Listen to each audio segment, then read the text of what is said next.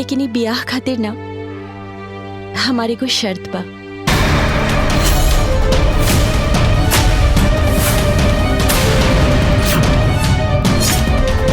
कैसन शर्त बिटिया? हम रउआ लोगन से कहल चाहता नहीं कि हमार दादाजी हमार चाचा अब पापा के पढ़ा लिखा के बड़का आदमी बनवलन। ये लोग के इतना होनहार बनवलन कि जब वो बड़ आदमी बन के बाहर निकली तो शान से अपन सिर उठा के चल सके। लेकिन और हमार दादाजी जब बूढ़ हो गई नहीं और जब यहाँ के अपन संतान लोगन की सबसे ज्यादा जरूरत रहे तब तक सब लोग अपन अपन जिंदगी में व्यस्त हो गई, शहर जाके बस गई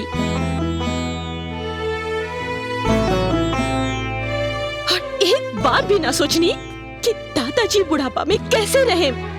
और ते और दादाजी से ये बात करके दादाजी के और दुखी कर देनी, ये कुल प्रॉपर्टी बेचे के बात करे लगनी।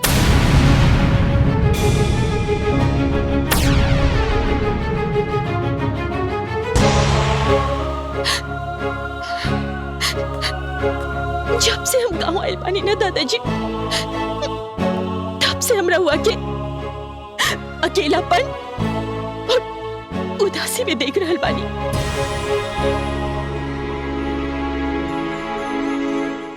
लेकिन एकरा से रउआ लोगन के का फर्क पड़ेला?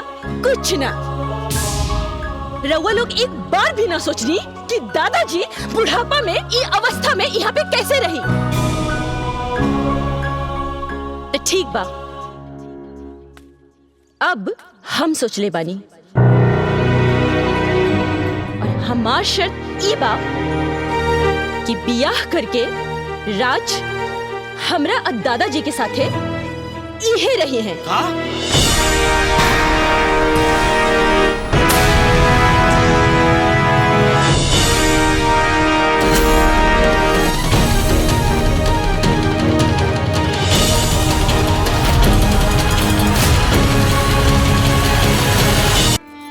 बड़का लइकवा विनोद डॉक्टर हूँ, काम में व्यस्त रहेले। छोट जाना मनोज इंजीनियर हूँ, दिन रात काम में लगा रहेले। अच्छा ये बताई, पढ़ा लिखा के शादी ब्याह करके अपना पैर पे खड़ा करके यही खातिर परवरिश कैले रहनी कि वो एगो फोनो ना कर सके। आ फोन तो छोड़ी, जब यहाँ से फोन जाला तो दू गल बातों करे के उनके फुर्सत नहीं खे। इतना व्यस्त हो गए बाने जा हैं? न तो आवते बालो न रउआ के ले जाता लो, अकेले रउआ के यहाँ छोड़ देले बाड़न। नौकरी चाकरी गृहस्थी में व्यस्त होइलो और हम अकेले कहाँ बानी। तू बड़ा पंच लोग बा, गांव समाज बा, घरे धनी राम बाड़े, कोनो बात के कमी नहीं खे। वो लोग जल्दी आई। एक बात बताई ईश्वर बाबू, हाँ, मेला कितनू बड़ा होखे, सांझी के सन्नाटा हो जाला। राउरी अकेलापन देख के हमरा एकदम नीक नहीं खे लागत। शिव प्रसाद जी वो लोग आ जाइलो। चली ठीक बा। हाँ, भोलेनाथ सद्बुद्धि देश कि वो लोग आ जाए, लेकिन छोड़ी ये सब बात। हाई लिही रउआ तहिजा खाइब ना। हाँ, लेकिन हम अपना प्रसाद साथे रउओ खातिर बना देवेली। ई मंदिर त राउरे बा, एकरा के मंदिर के प्रसाद समझ के रउआ खा लेम। तू तो ऐसे करे ले जैसे कि तू डॉक्टर होखो और हम मरीज। हमरा सेवा में दिन रात परेशान रहेला। अच्छा खा लेम, अब भुलाइब ना, याद करके खा लेम। ठीक बा चलो। हाँ ठीक बा।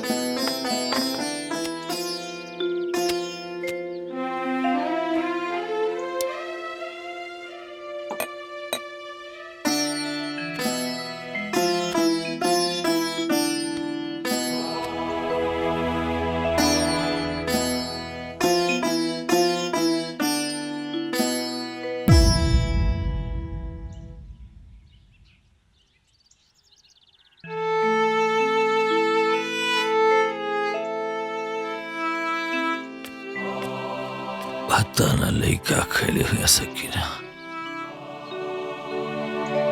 बाबा हाँ रउआ आज फिर मंदिर के खाना लाके खा लहनी। अरे तू चिंता मत कर, कुछ दिन में हमार लइका फैका आ जाइलो। रउआ उनका लोग के लिए इतना परेशान रहनी, उनके जवाब कोई तबे नहीं है। आज रख दम साजी खान खा ले। और सुना तनी दुआरवा बाहर देता जी जा।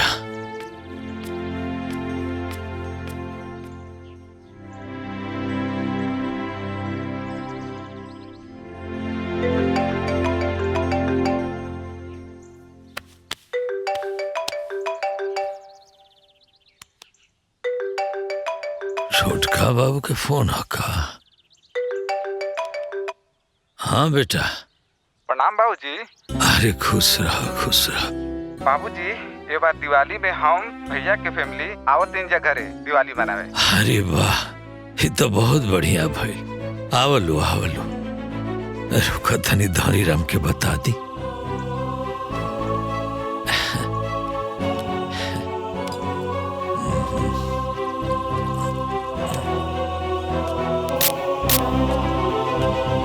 धनी राम। जी मालिक। धनी राम बताई। तारा पता बा का मालिक? हमार पूरा परिवार आ रहल बा। सच? हाँ, घर के साफ सफाई कर ली हो, राशन पताई बढ़िया से रखवा ली हो। हमरा बहुरिया लोग के कोनो कमी ना होके के चाहिए। जी हम खेते से जाए के हरियर सब्जी तोड़ के लाई मालिक। पूछत क्या बड़ा, जा तुर के ले आवो। जी आज हमार मालिक अपने बेटा लोग के आवे के खुशी में इतना खुशबान है, इतना खुशबानी।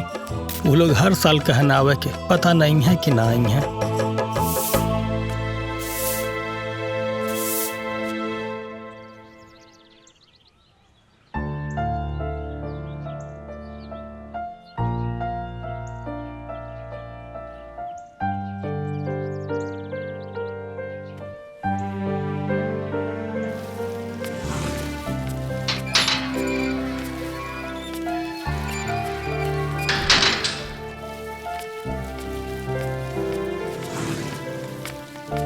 हाँ मालिक। कहा ले आइल बड़ा धनी राम? मालिक खेते गल रहनी, मुरई और चराई लेके आईनी है। लइका लो आवे वाला रहल है लोग, का जाने काहे देरी होता। मोबाइल ले आओ, फोन करी। जी मालिक। मालिक हाँ। लगा था बाबू लोग आ गई ले। गेट खोला। जी मालिक। गेट खोला।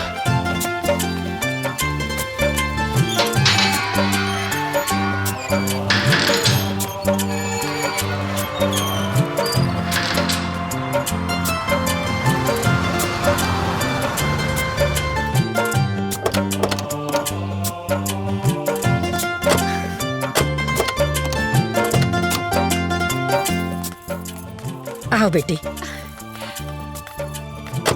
अरे बहुरिया खुश रहो। दादाजी गोड़ लागतानी। अरे अंजलि खुश रहो। हेती चुकी रहे, इतना बड़ हो गई। और दादाजी रउआ भी तो अभी तक एकदम हैंडसम और जवान बानी। चाचा चाची। ला छोटको भी आ गई।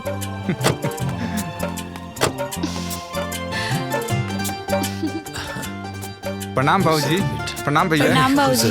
प्रणाम भाभी। प्रणाम दीदी। खुश रह खुश रह। गोड़ लागतानी चाची। खुश रहा। दादाजी अब तो पूरा परिवार एक साथ बा। ई बार के दिवाली ना पूरा परिवार एकदम धूमधाम से मनावल जाई। हाँ हाँ बिल्कुल बिटिया। अरे धनी राम। जी मालिक। दिवाली के तैयारी करो। जी मालिक। अब बाजार से सारा पटाखा ले और छुरछुरी जरूर ले हो। जरूर मालिक जरूर। बचपन में अंजलि के छुरछुरी बहुत पसंद रहे। जी। थैंक यू सो मच दादाजी। चलिए बाबूजी। चला। ठीक बा दादाजी, राउर तबीयत ठीक बा ना? हाँ बिटिया। हाँ वो तो देख के ही लग रहल बा, एकदम फिट एंड फाइन बानी।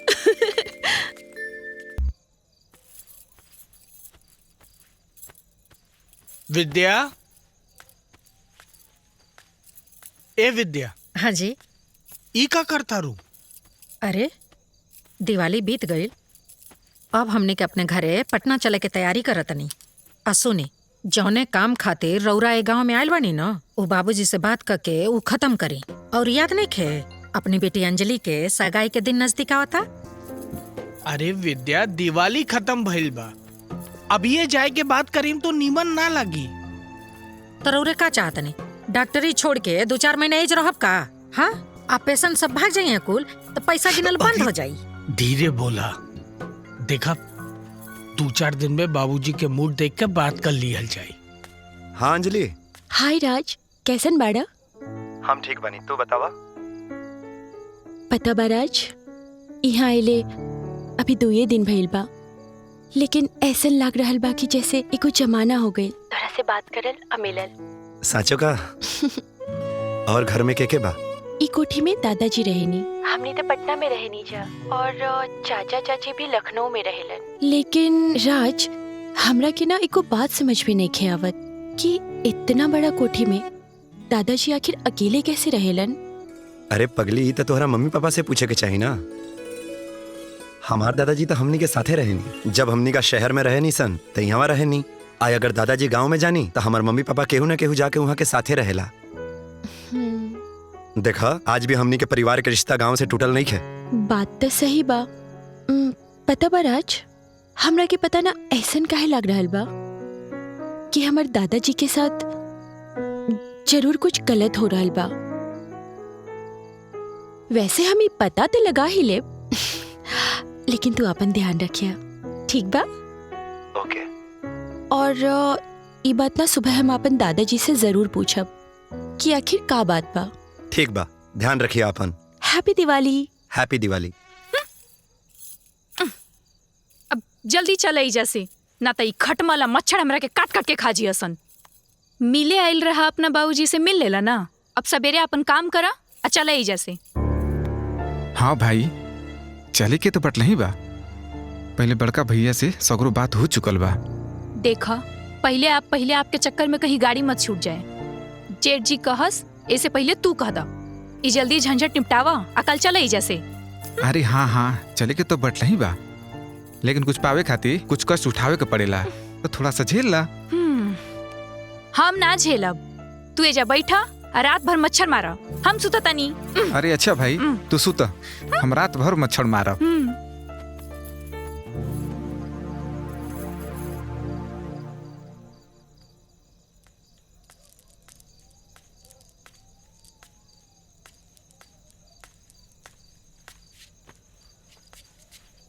दादाजी, रवा ईका कर रहल बानी? दिवाली तो खत्म हो गइल बा ना? कजरौटा में काजल से खतनी बिटिया, दिवाली के काजल बड़ा शुभ होला। अच्छा दादाजी, इतना बड़ा कोठी में रवा के अकेले मन कैसे लागेला? रवा हमने लोगन के साथे पटना में काहे न रहेनी?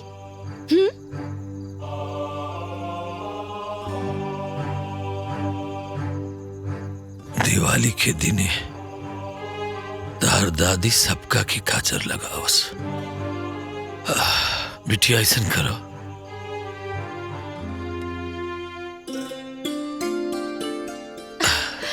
तू सबका की काजर लगाता। हाँ, ठीक बा, बहुत ही अच्छा रिवाज भाई दादाजी, हम सबके लगा के आवतानी।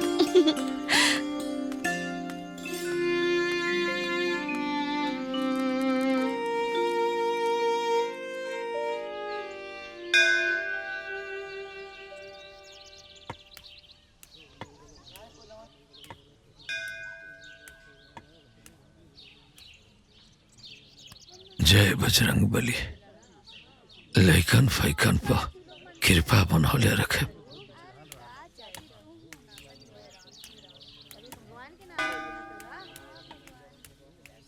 ईश्वर बाबू प्रणाम।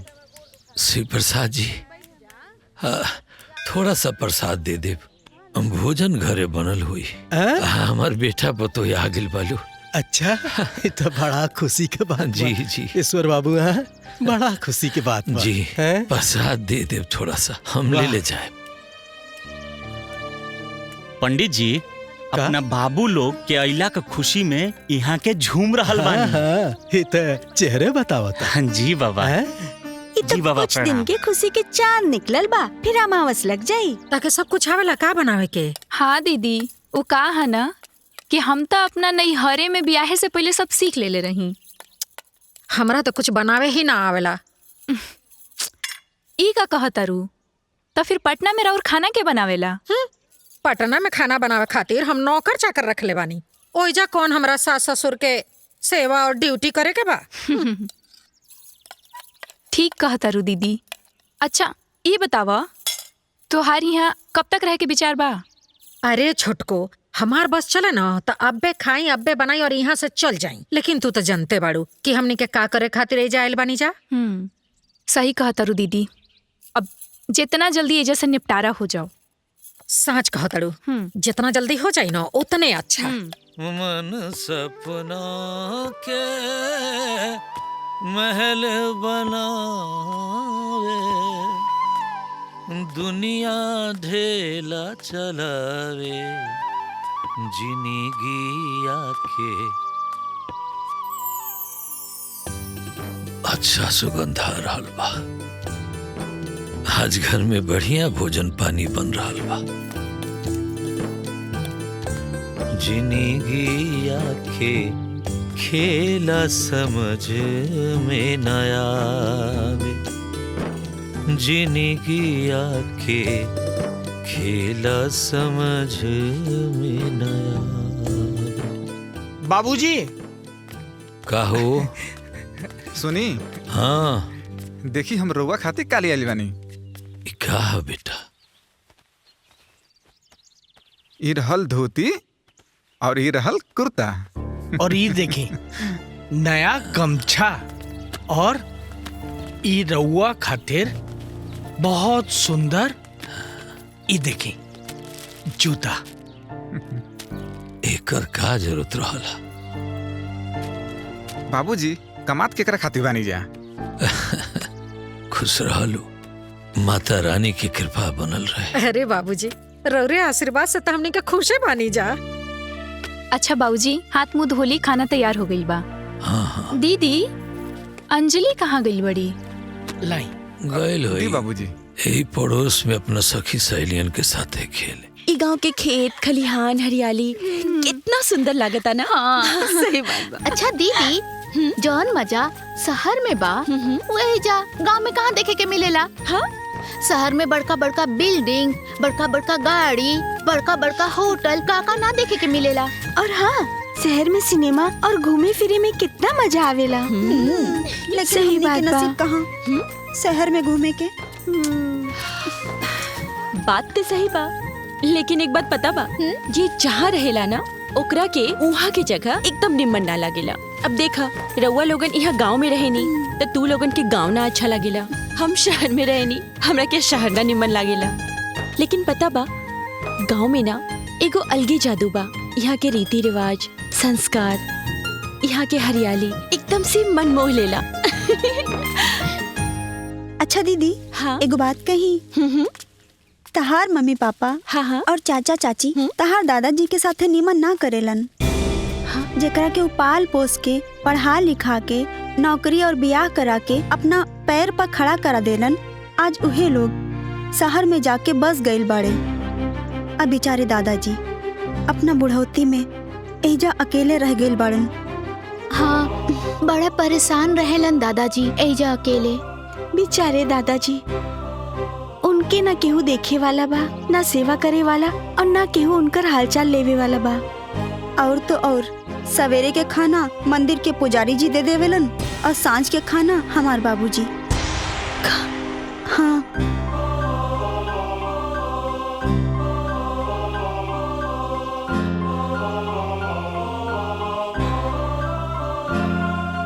चलो घर चलल जाओ। हाँ चला।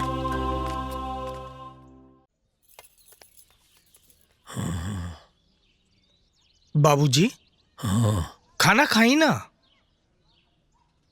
अंजलि के आ जाए दो। अरे वो आ जाए, रउआ खाना खाई। हाँ हाँ, रोमा खाई ना, चली खाई। दीदी पूछा ना।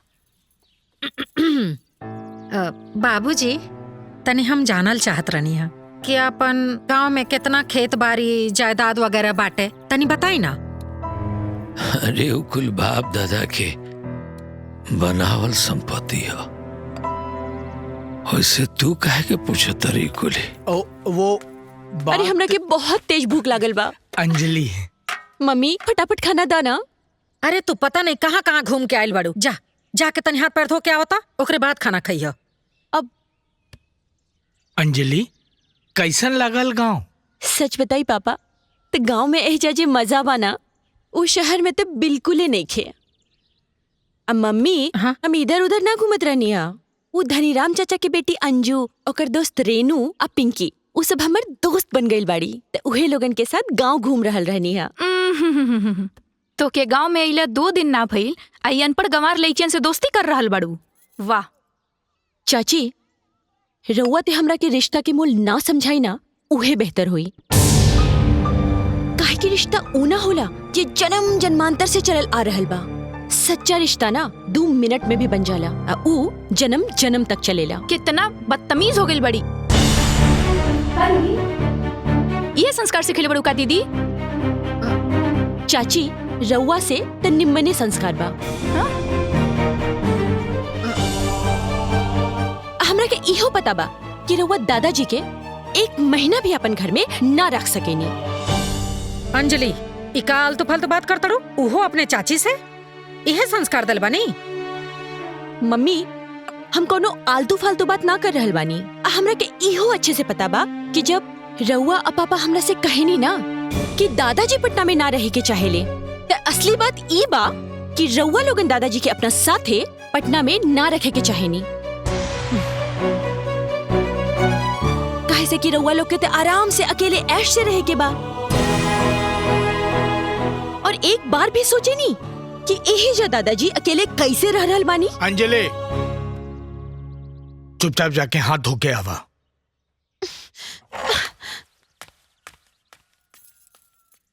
तू कुछ कहत रहा? हाँ बाबूजी, वो हम और मनोज सोचत रहनी है जा कि शहर में जमीन बहुत महंगा बा और गांव में बहुत सस्ता। शहर बहुत महंगा बा, लेकिन शहर खातिर अनाज खाए पी के सामान तो सब गांव से ही जाला। बिल्कुल सही कह रहल बानी दादाजी। वैसे दादाजी, रउआ जे मंदिर बनवले बानी गांव में, वो मंदिर कहाँ बा? अरे बेटा, गांव के पूरब में बा, देख लिया जाके। गांव ते हम घूम लेनी दादाजी। खाना खाए के बाद रउआ हमरा के मंदिर घुमाइब का? बिल्कुल, खोजता। अरे वाह दादाजी, मंदिर तो बहुत ही सुंदर बा। हाँ।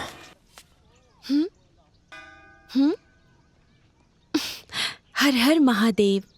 चला पुजारी जी से मिल ला। वहाँ? हाँ। ठीक बा।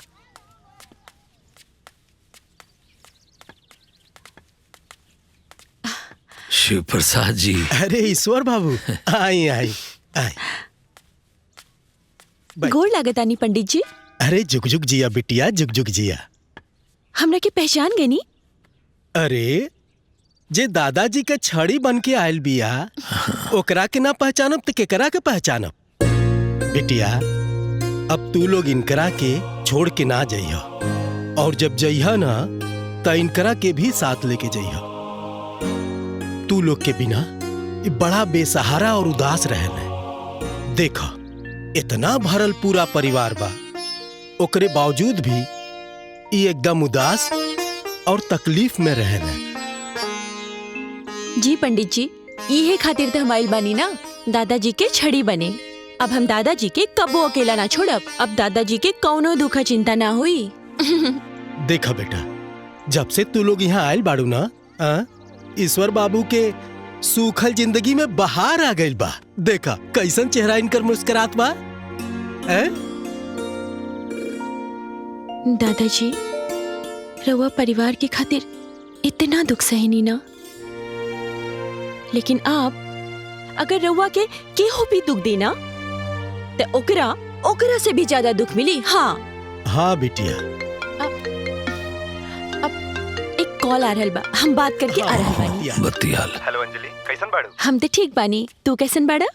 अरे अंजलि, तू तो गांव जाके हमके भुला ही गईलू। ना एको मैसेज, ना एको कॉल। अरे का कर रहल बाड़ू ओइजा? राज, हमरा के ना यहाँ गांव में एगो नया साथी मिल गइल बा। नया साथी? ये का बात कर रहल बाड़ू तू? हाँ राज, जब नया दोस्त मिल जाला तब पुराना दोस्त के तो भूले ही के पड़ेला ना। अरे तू पगला गेल बाड़ू का? ये क्या कहता रू? गलत बात मत करा। राज, अब हो गइल तो हो गइल, और वैसे भी प्यार और दोस्ती होला के कोनो कारण ना होला। अच्छा सुना, फोन रखा। हम ना यहाँ शिव मंदिर में आइल बानी दर्शन करे खातिर अपना नया साथी के साथे। देखा तू ऐसा मत बोला। ओके बाय।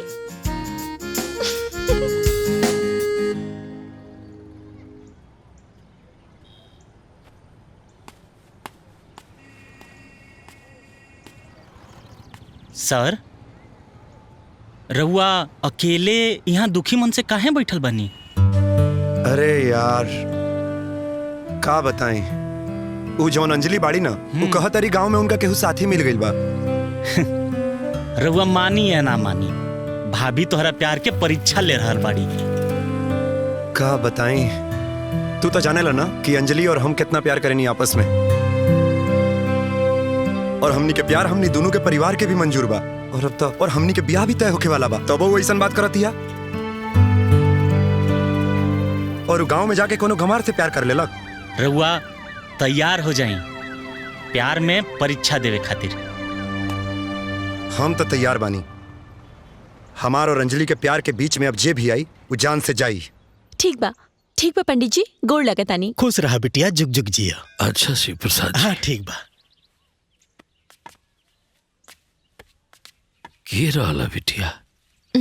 अब दादाजी और राउर खानदान के होखे वाला दामाद के फोन रहे, ओकर नाम ना राज है।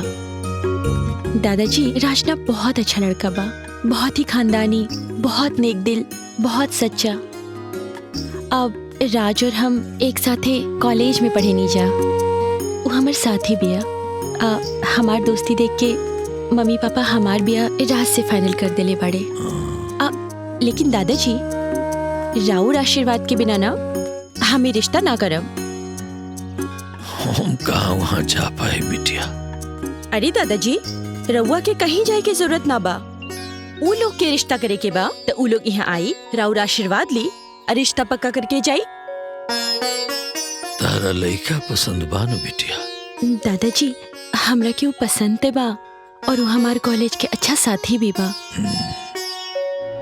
लेकिन दादाजी, जब तक रउआ ओकरा से ना मिलब, ओकरा के पसंद ना करब, तब तक हम हामी ना भरब, काहे कि राउर आशीर्वाद के बिना कुछ ना होई।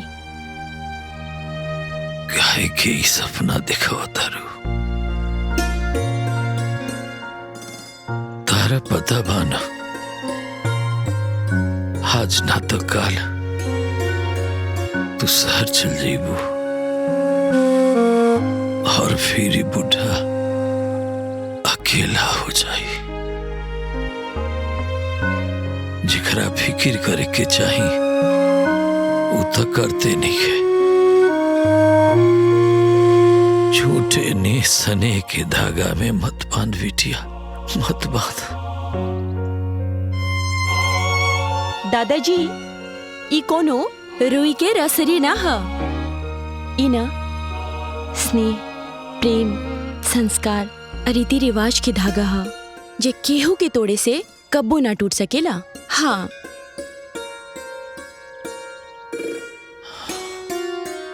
चलो ठीक बा दादाजी, चले आराम से।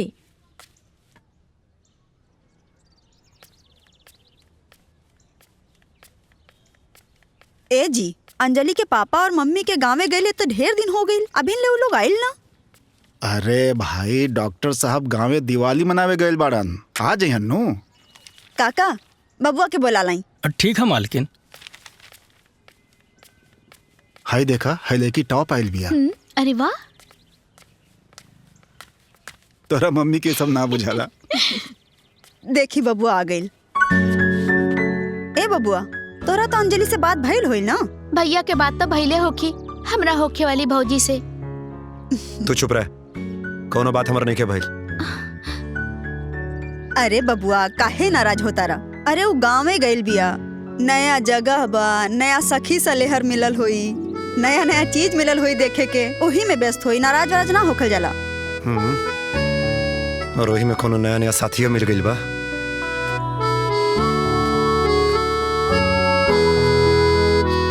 भैया हाँ कहे तो उठ के यहाँ चलेला? का भइल बा? भाभी से कुछ भइल है का? ओकरा के गांव में कोनो नया साथी मिल गइल बा। अब ओकरा के हमार कोनो जरूरत नहीं है। ना भैया, अंजलि भाभी बहुत अच्छा बाड़ी, तरह से बहुत प्यार करेली। छोड़ा, कोनो प्यार व्यार ना करेले वो। ज्यादा मत सोची भैया, चली आई। जान तड़ू छोटको, एजा से ढेर सखी सलेहर न हमार पटना में बाड़ी कुल। एजा के तो सब गुर गंवार बाड़ी कुल। ठीक कहता रू दीदी, लखनऊ में घूमे के जौन मजा बानू उ एजा गाँव में कहाँ बा। सच कह तड़ू छोटको, अंजलि के पापा न हर हफ्ते में हमके सिनेमा देखावे ले जानी सिनेमा हॉल में। अरे दीदी, हमके भी ना अंजलि के चाचा हर हफ्ता लेके जालन लुलु मॉल। हाँ, अब हमरा के केहू कही नू कि शहर छोड़ के गांव में रहला त हमरा से ना हुई। तहरा का लागता छोटको? हम जब से गांव में आइल बनी न हमार सांस फूलता, लेकिन ए बार न अंजलि के पापा इतना मान मनोवल कैनी है, जिद कैनी है, तब जाके हम आईनी है ना, तो आईती नहीं हम गाँव में। हमरो अब की बार आखिरी बा दीदी, एकरा बाद हम ई गांव में सड़े खाती कब्बो ना आई। सुना, जौन प्लान लेके ये दोनों भाई आइल बालो, अगर वो प्लान सक्सेस हो गइल तो हमने के गांव में दोबारा आइले के कोनो जरूरते ना पड़ी। भगवान करे दीदी कि ई प्लान सक्सेसफुल हो जाओ, तब अगला साल ना हम मनोज आइम जब पटना घूमे खातिर। काहे ना वो पटना घूमे खातिर? अरे हम अंजलि के बियाह भी तो तय कैले बानी, तो अइहा तो बियाह हो अटेंड कर लियो और पटनो भी घूम लियो। हमने के दोनों देवरानी जेठानी मिल के ना पूरा पटना में घूम के शॉपिंग कर जाई। ठीक बा, चाय छनी? चाय बन गल, चाय बन गल। पढ़ाई तार ठीक चलत है ना बिटिया? हाँ दादाजी, बहुत बढ़िया चलत है पढ़ाई। इली चाय पी।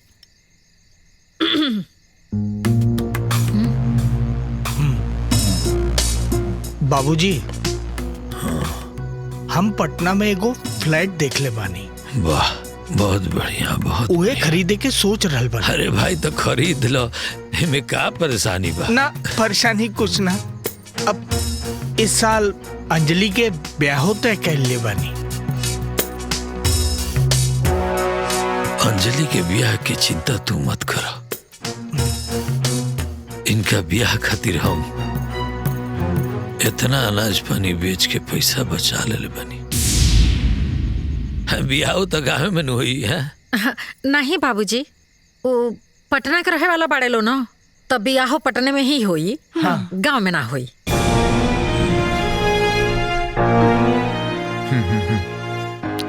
बाबूजी, हम कुछ कहल चाहता नहीं। बोला। बाबूजी, लखनऊ में एक फ्लैट देख ले बानी और हमरा और भैया के तो गांव में रहे के बाना, तो हम सोच रहल बानी कि गांव के जितना खेत खलियान बा कुल बेच दियल जा। वैसे भी बाबूजी, रउआ कबो हमनी यहाँ रहले, कबो दीदी यहाँ।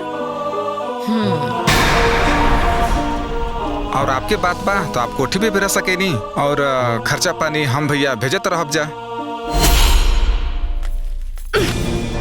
काम के न काज के दुश्मन अनाज के। ससुर जी अपना बेटा के पढ़ा लिखा के बड़ कर देले बनी, तेजा बैठ के हमरे छाती पे मूंग दरत रहब का? बाबूजी जाई गांव में रही, कहा कि जे शहर में बहुत खर्चा हो रहा बा और जे खाए पिए के खर्चा भी तो आपके बहुत हो गइल बा ना। जल्दी तैयार हो जाई, गांव जाए वाला बस के हम पकड़ा दे रहल बानी आपके। तैयार हो जाई? इनका का कोनो तैयार होके शादी ब्याह में जाए के बा? जैसन बानी वैसे ही छोड़ के आई। जाना।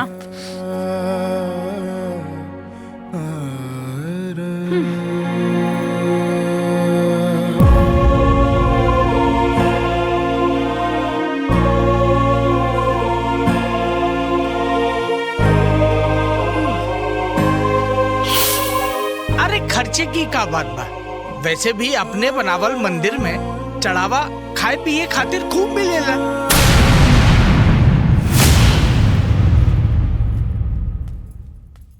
बाद में बात करत हई। ससुर जी, ससुर जी, अरे जब देखता भाई रौरा लुंगी उंगी भाई का कल जला थोती खुटिया के सूत रहेली। अरे कम से कम ढंग से सुतल करी। अरे सोफा हा बहुते महंगा आवेला, रौरा समझ में ना आई। लेकिन रौरा का फर्क पड़े वाला बा? ना सूते के सहूर, ना बैठे के सहूर, ना कपड़ा लत्ता पहने के सहूर, ना खाए पिए के सहूर, कोनो चीज के सहूर ना रौरा। अरे पूरे सोसाइटी में ना रौरे हमार नाक कटवा के रख देले बानी। हम तो अपने सहेली कुल से रौर इंट्रोडक्शन करौले में शर्म आवेला कि रौरे हमार ससुर हैं। बाबूजी, हम हल चरावे वाला किसान ना हैं। ई पटना शहर में एगो नामचीन डॉक्टर हैं। ई रोज के किचकिच से अजीज आ गइल बानी हम। देखी बाबूजी, रौरे हमरे बात के बुरा मत मानो, लेकिन रहुआ ना शहर में रहे लायक नहीं थी। अब एजा तो बिल्कुल जगह नहीं है। रौरा गाँव चल जाये तो हमरा अच्छा लगे, सुकून आ जाये हमरा। अंजलि स्कूले गइल बिया, आ जाए तो चल जाती। अरे अंजलि आई है तो का रौरा औरती उतारी है तब एजस रौरे जाए।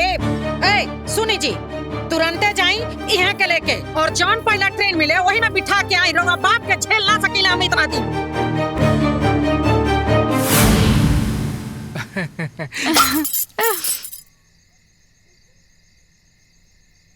मनोज, हाँ हाँ भैया, हम कहतानी कि ई कोठी के भी बेच दिहल जाओ, आधा आधा बंटवारा कर लिहल जाए। हाँ तो का करे के बा? कल गांव में चल के सबके बोल दिहल जा और जे अच्छा भाव देई ओकरा के बेच दिहल जाई। पापा, चाचा जी, रउआ लोगनी का बोल रहल बानी? रउआ लोगन के बुझा रहल बा? अंजलि, दादाजी, जब बड़ लोग बात करे ना तो छोट लोग के बीच में ना बोले चाहिए। जब देखा तब पकड़ पकड़ करत रहेली, कुछ बोले के सहूरे निखे। वैसे ससुर जी रउआ का सोच रहल बानी? अरे फैसला हो गया। हाँ, हो गई। कल बस कोठी और खेत बेच दिया जाए, बंटवारा कर लिया जाए। जैसन ठीक समझी भैया। हाँ चला चल। अंजलि, अंजलि, ए जा का खड़ा बड़ू, चल चल, हर बात में टांग अड़ा तड़ू, मार के तारा टांगे तूर दे। चल अंदर चल।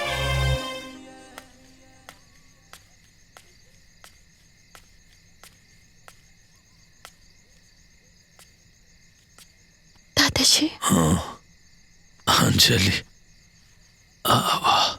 रवा खाना ना खाई? बैठो बैठो।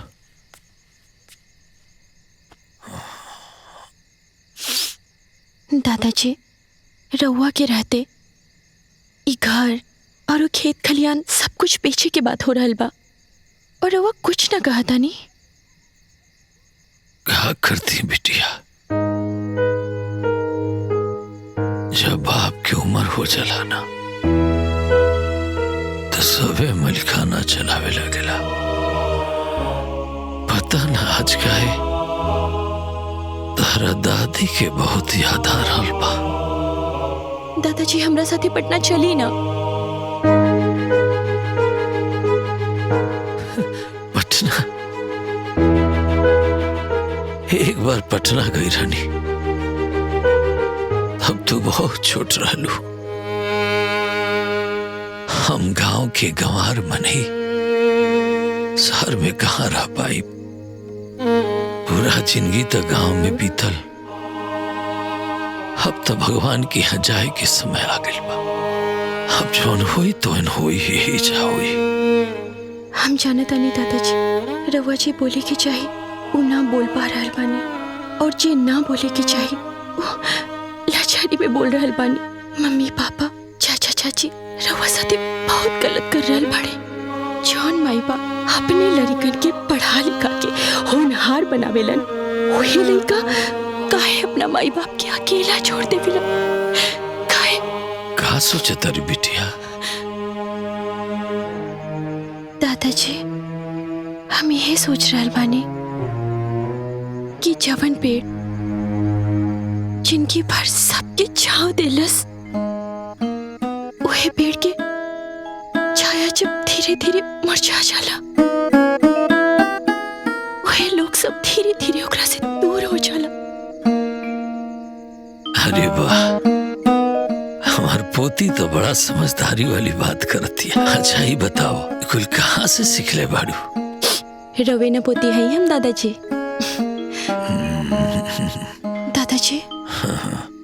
हमरा के पता बा मम्मी पापा चाचा चाची रउआ के अपन साथ रखे के नइखे चाहत। ना बिटिया ना, ऐसा बात नहीं के। अरे वो लोग हमरा के बहुत प्यार देला, बहुत सम्मान देला। हम सब समझ गए बानी दादाजी।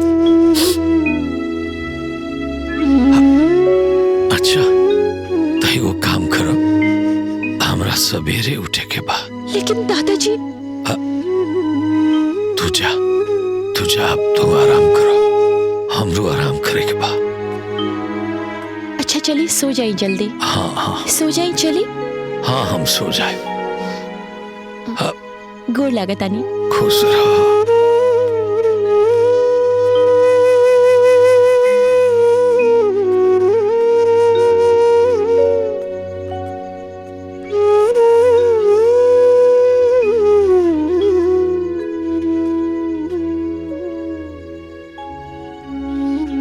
अपना दादाजी के थोड़ी बच के अलबिया हमर पोती, अपना बुढ़ापा की सहारा।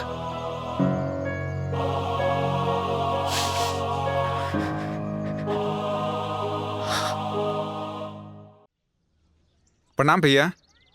रामदीन काका। जी बाबू। अपन काम काज के व्यवस्था तू कहीं और काला, काहे कि घर और खेत खलियान सब बिके वाला बा। भैया तू कौनो पार्टी देखा और हमहू देख रहा बानी। जितना जल्दी केहू तैयार हो जाई उतना जल्दी बेच दिया जाई। ठीक बा? ठीक। हम चल रहल बानी और आप हो जाई। ठीक बा, खुश रहा। ठीक बा बाबू, अपन ख्याल रखिए। जा। प्रणाम। नमस्ते बाबू। अंजलि कहाँ बिया? अब ले अंजलि ना आई। अंजलि, ए बिटिया अंजलि। हाँ पापा। ये हो ना।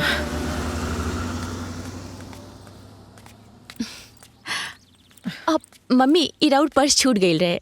ला। ए बिटिया तू अभी तक तैयार नहीं खू? अरे जा, जाके तैयार हो जा जल्दी।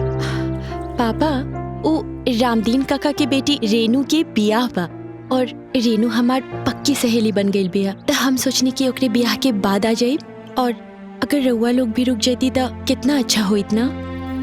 अंजलि तू पगला गल बड़ू का? अरे नौकर चाकर गरीब गुरबा आदमी हुआ कुल। गरीब गुरबा के बेटे के ब्याह में तू जेबू? हाँ चलो चलो चलो, तू पटना चलो। मम्मी हम आ जाए, रउआ चिंता ना करिए। हाँ तो ठीक बा, मरा ई जगह में हम जाता नहीं पटना। तू शांत रहा। देखा बेटी, तू अपन सहेली से ना कहता। हाँ पटना चला साथे। हाँ पापा अब हम राउर छोट वाली अंजलि ना बानी, अब ना हम बड़ हो गई बानी। अब हम कहीं भी अकेले आ जा सकेनी। अरे जब वो रहे के कहतिया तो काहे करे के जबरदस्ती ले जाता रहो। हम ब्याह निपटा के आ जाए ना, प्लीज। ठीक बा, अपन ख्याल रखे। Thank you. ध्यान रखिए तू अपन। गोड़ लगत नहीं बाबूजी।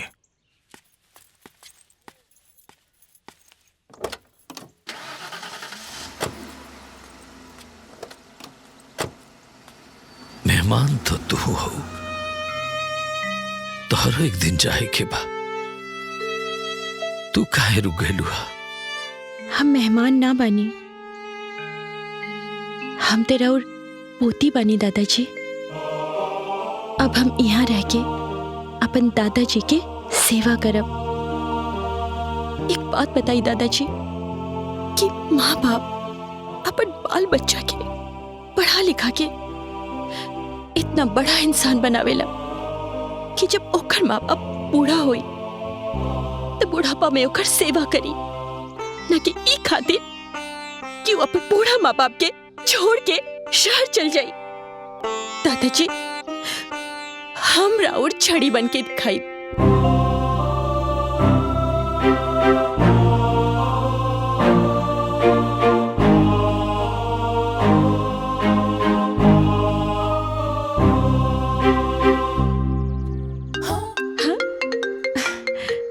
पापा के फोन है। उठा लो।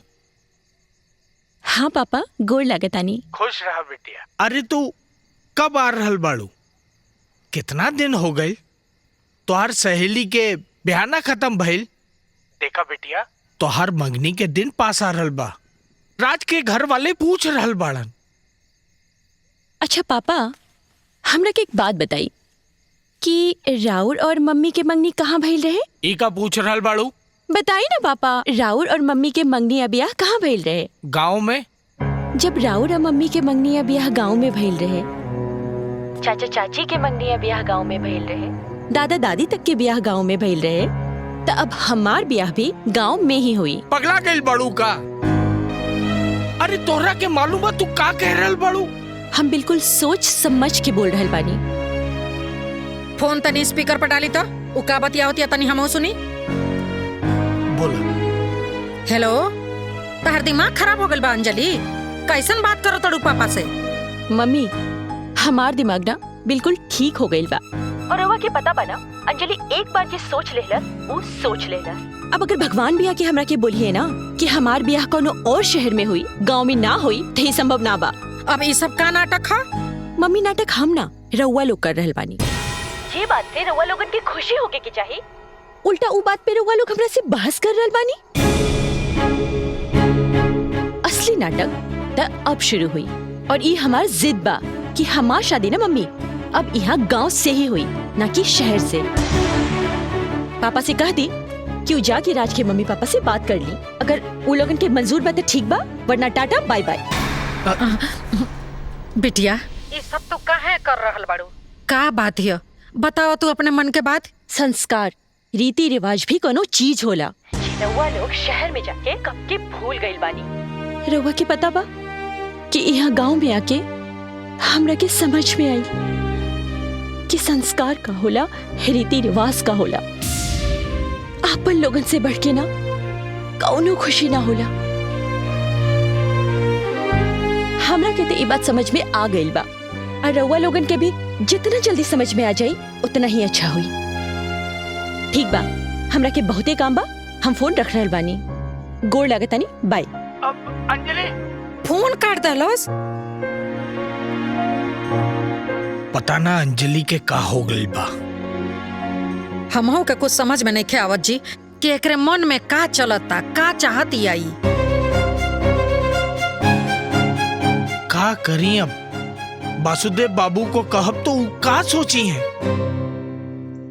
डॉक्टर साहब से बात भइल हा? उ लोग ऐनी कि ना अभी? अरे डॉक्टर साहब तो दिवाली बना के कहिए गांव से आ गइलन, लेकिन अंजलि हमरा बुझाता कि ओहिजे रह गइल बिया। अरे तो वो आइए जाई। डॉक्टर साहब से बात कर ले, कहे से सगाई के दिन नजदीक आवता। भैया, हाँ? यहाँ आई, यहाँ तो आई, बैठी। ए बबुआ, अंजलि से बात कैला ह? अभी ना। भैया, भौजी के फोन लगाई और हम बात करब और पूछब उनकरा से गांव से कब आ रहल बाड़ी। तू चुप रहा, ओकरा से बात कैला के कोनो जरूरत नहीं है। भैया, फोन लगाई। का भइल बबुआ? अंजलि से कोई कहा सुनी हो गइल बा का? फोन मिलावता तू? ठीक बा, मिलाओ तनी।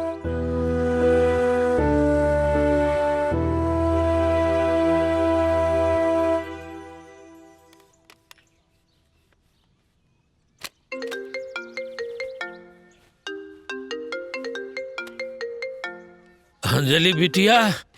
जी दादाजी। देखा तार फोन आवता।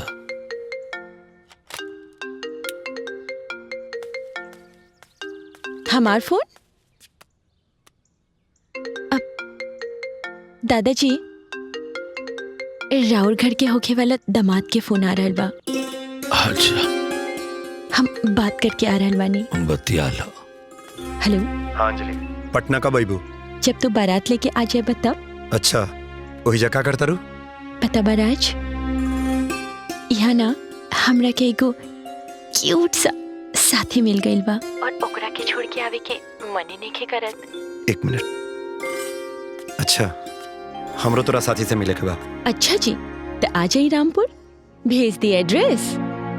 आयम, जरूर आयम, और गाजा बाजा के साथ आयम, और तोहरा साथी के सामने से तोहके उठा के ले आयम। लेकिन ध्यान रखिए कहीं ऐसा ना हो जाए कि हमारे क्यूट साथी के देख के तो हार मन भी बदल जाए, हम दोनों के एजा गाँव में ही रह के पड़ जाए। अच्छा तो टाइम बताई। अच्छा सुनो ना, हमरा के बहुत कपड़ा प्रेस करे के बा, हमरा के बहुत काम बा, हम तोरा के बाद में फोन करब। Bye, love you. अरे सुना ना, सुना। आप पानी पी।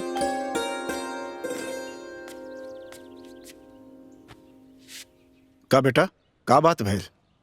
अरे पापा वो गांव में जाके कपड़ा प्रेस करतिया। कपड़ा प्रेस करतिया? हाँ।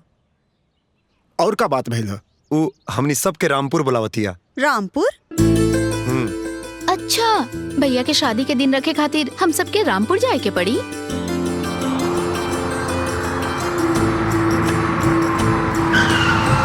अरे आ गए नी लोग, चलिए।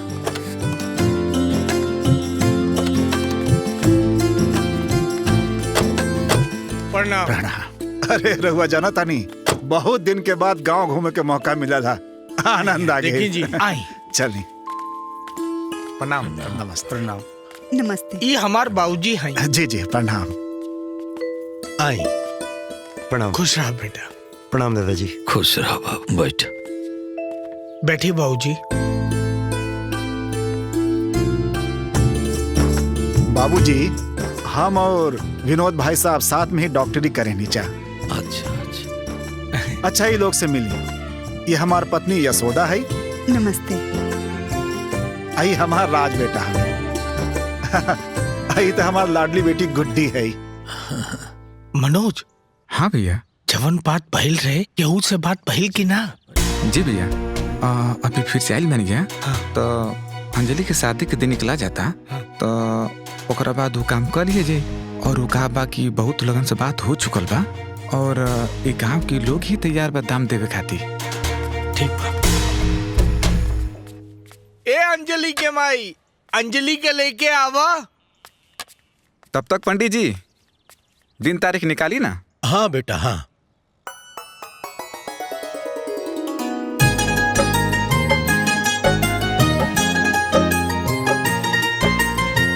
नमस्ते।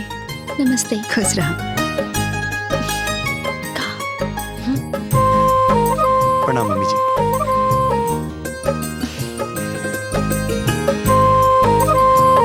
का भाई या सब बा? उतर गांव वाला साथी के बा। अच्छा, तो के देखे के बा?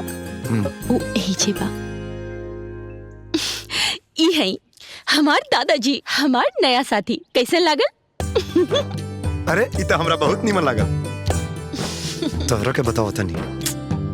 पंडित जी, ओ हाँ? पंडित जी, कोनो डेट निकलल?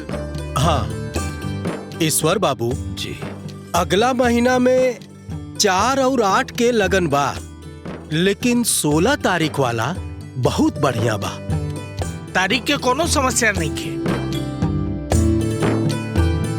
हम तो अपन बेटी के ब्याह शहर में करे के चाहत रहनी, बस बेटी के जिद के आगे मजबूर बनी। पापा, हम राज के जाने ली, पहचाने ली, और राज हमार बहुत अच्छा दोस्त भी बाड़े, लेकिन ये ब्याह खातिर ना हमारे को शर्त बा।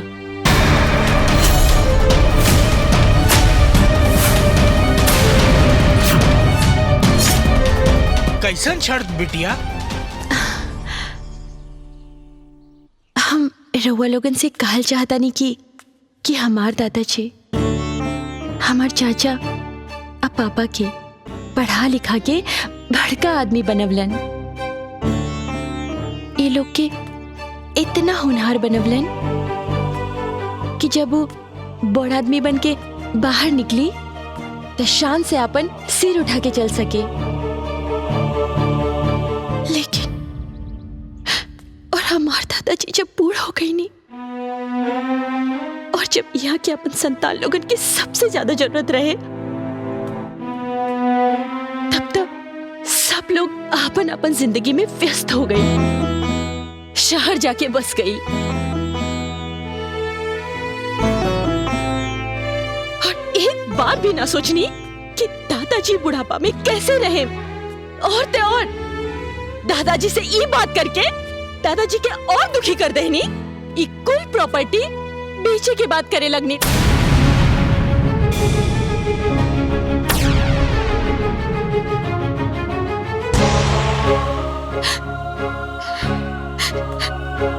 जब से हम गाँव आयल बानी ना दादाजी, तब से हमरा हुआ के अकेलापन और उदासी में देख रहल बानी।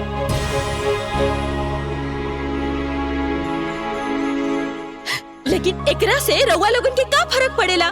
कुछ ना। रउआ लोग एक बार भी ना सोचनी कि दादाजी बुढ़ापा में ई अवस्था में यहाँ पे कैसे रही। तो ठीक बा, अब हम सोच ले बानी और हमार शर्त ई बा कि बियाह करके राज हमरा और दादाजी के साथे इहे रहे हैं।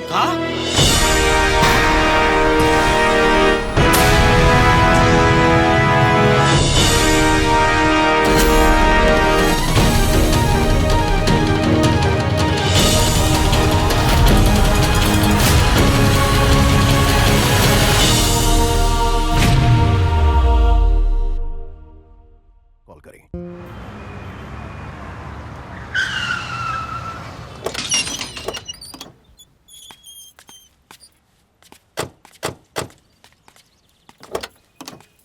यशोदा, अंजलि जैसन आधुनिक लड़की आप ऐसन फैसला काहे कैला सुहो अपन दादाजी के लेके? ये बात हमरा कुछ समझ में आवत नहीं खे। हमरो यह नहीं खे बुझात कि जिंदगी भर से शहर में रह के वो लड़की एकदम से फैसला काहे रखलक देहात में रहे के।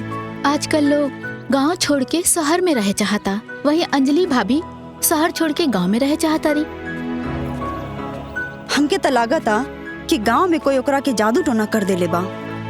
जन्नी यही से तो गांव में रहे के चाहतिया, और ना तो घर जमाई पति खो जातिया जे घर में जमाई बन के रहे। एगो बात कही, विनोद जी के मना कर दी, रिश्ता हमरा के मंजूर नहीं खे। तू सही कहता यशोदा, हमरो यह लागता। ना पापा, हमरा लागता जरूर है मैं अंजलि के कोनो ना कोनो मजबूरी बा।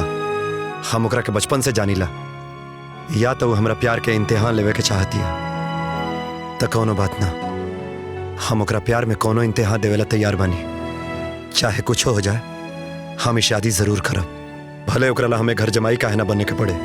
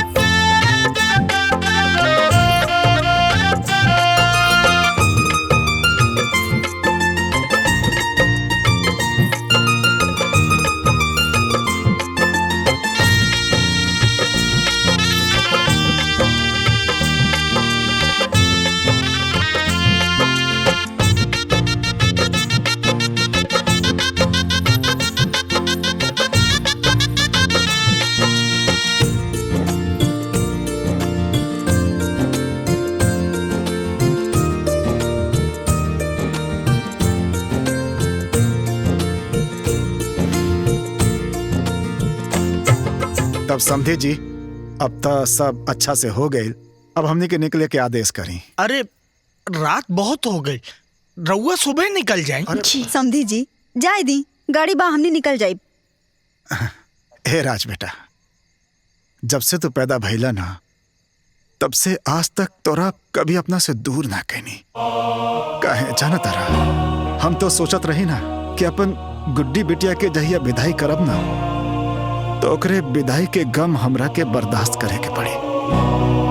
लेकिन आज हमरा के बेटा के विदाई के गम बर्दाश्त करे के पड़ रहा बा। लेकिन कोनो बात ना बेटा, सब ठीक बा। बेटा अब हम तोरा के जब हमने की याद आवे ना आवत जात रही है। और हाँ, यहाँ लोगन के कोई शिकायत के मौका मत दिहा। हमरा बहू के विदाई करा के जल्दी ले आई है। भैया राखी में जरूर आई है। ठीक बा, तब हमनी के आदेश करा। अच्छा अच्छा, प्रणाम प्रणाम। खुश रह बेटा, चल।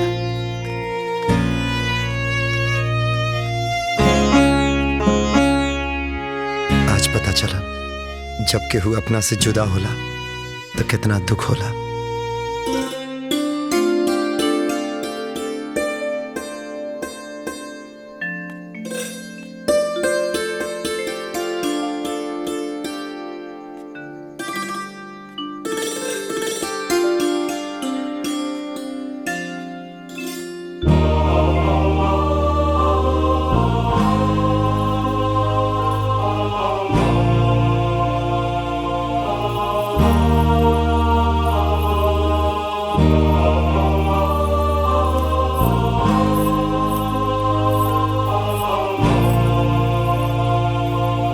राज, हमरा के ते लगल कि तू यहाँ आके हमार घूंघट उठेबा, लेकिन तू तो यहाँ मूर्ति नियन आके बैठ गईला। का भइल राज, तू ई ब्याह से खुश न बड़ा का? ना अंजलि, हम ब्याह से खुश बानी, लेकिन तोहरी ब्याह करे के तरीका हमके समझ में ना आइल। तू ऐसन शर्त काहे रख लू? पता बा राज, हम जानत रहनी हा कि हमरा से शादी के खातिर हम कौनो शर्त रखब ना तो हमार राज मना ना करी है। पता बा राज, पहले हम सिर्फ दोस्त रहनी है, लेकिन अब हम दोनों शादी के पवित्र बंधन में बंध गई नहीं, और अब हमने के रिश्ता और भी ज्यादा गहरा गईल बा। तोरा के पता बा हमें ड्रामा काहे कैले बानी? सिर्फ और सिर्फ दादाजी के खातिर। तोरा के पता बना, दादाजी यहाँ इतना बड़ा कोठी में अकेला उदास रहे नहीं। तका वो लोग दादाजी के अपना साथे ना रखेला? हम बहुत छोट रहनी है, हमके ना थोड़ा थोड़ा याद बा कि दादाजी पटना गए रहने। वहाँ पे हर हमेशा पापा मम्मी दादा के गंवार देहाती बोल के जलील करत रहे। सेम ये चीज दादाजी के साथे लखनऊ वाले चाचा भी करत रहलन।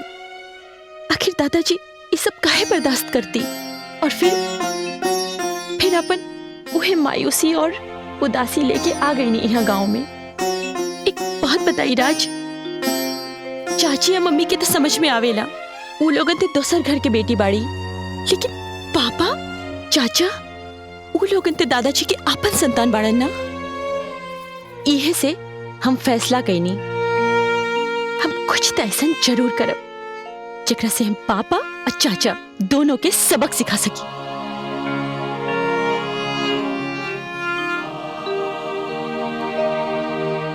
आज हमरा पता चलल कि हमर प्यार कितना अकलमंद बिया। देखिए, तू जवन फैसला कैले बाड़ू ना, एकदम सही कैले बाड़ू। तोहारी फैसला के पूरा गांव मिसाल दी, और हमके गर्व बा कि तू हमार पत्नी बाड़ू। हम तोहरा साथ हर सिचुएशन में खड़ा बने। लेकिन राज, हमरा के तोहरा से एगो और वादा चाहिए। हाँ बोला ना। हम तो दोस्त हैं, और अब हमनी दोनों की शादी हो गई बा, तब पति पत्नी भी बन गई बानी। लेकिन जब तक हम घर में बानी ना, तब तक हम दोनों दोस्त बन के रहब, जब तक कि हम अपन ससुराल बहू बन के ना चल जाई। ठीक बा ना? हाँ? अरे पगली, हम कहनी ना कि तोरा हर फैसला के साथे हम खड़ा बानी, हर जगह। थैंक यू सो मच राज।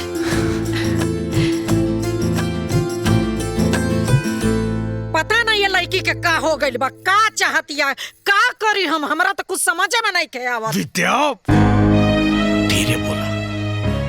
पता नहीं ये लड़की के का हो गइल बा, का चाहतिया, का करी हम, हमरा तो कुछ समझ में नहीं के आवत। विद्या, धीरे बोला। पता नहीं ये लड़की के का हो गइल बा, का चाहतिया, का करी हम, हमरा तो कुछ समझ में नहीं के आवत। विद्या, धीरे बोला। अंजलि के ब्याह हो गई, अब का करे के बाव का ना, ई सोच के कोनो फायदा नहीं के। अरे हम तो ये सोचत रहनी हो कि अंजलि के पागलपन से कि राज और ओकरे घर वाला ये रिश्ता तोड़ दिए को, लेकिन नहीं। देखी बियाह क के ओकरा के घर जमाई बना के हमनी कपार पर बैठा दलक। अरे चुप रहा ना, बाहर केहू सुन ली। अब हमनी के एजा रही जा कि पटना जाके डॉक्टरी छोड़ दी। अब हमके कुछ समझ में नहीं किया आवत। ए जी, ये अंजलि के शादी पर ना राउर भैया भाभी झूठो के गुस्सा होके के नाटक कर रहल बा लोग। बेटी के जरिए ससुर जी के पटा ले बा लोग। अब बेटी दामाद घर में रही लोग तो प्रॉपर्टी तो उनके न होई, हमनी के हाथ में आई खाली बाबूजी के लाठी। भैया हमनी के साथे ऐसन कबो ना करिया। और पूजा तू ऐसन काहे सोच रहल बाड़ू? ओ भैया के भक्त, भैया ऐसन ना करिहन, बाकी भैया के बेटी तो ऐसन करिए। ये ऐसन बुढ़वन जैसन मत बैठा। लखनऊ जाए से पहले फैसला हो जाए के चाहिए। ठीक कहा तड़ू पूजा, का लेकर फैसला हो के रही। राज के दामाद बना के पूरा प्रॉपर्टी के झीटे के होशियारी कर रहल बा लोग, लेकिन ये मंसूबा पे कामयाब ना होके दे। चला भगवान के शुक्र बा कि तोहरा दिमाग में ई बात आइल। अब बिहाने एकर फैसला हो जाए के चाहिए।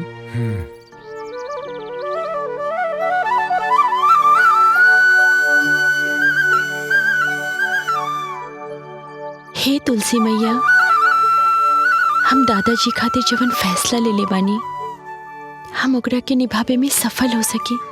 हमरा के इतना शक्ति दी, हमरा के इतना शक्ति दी माई।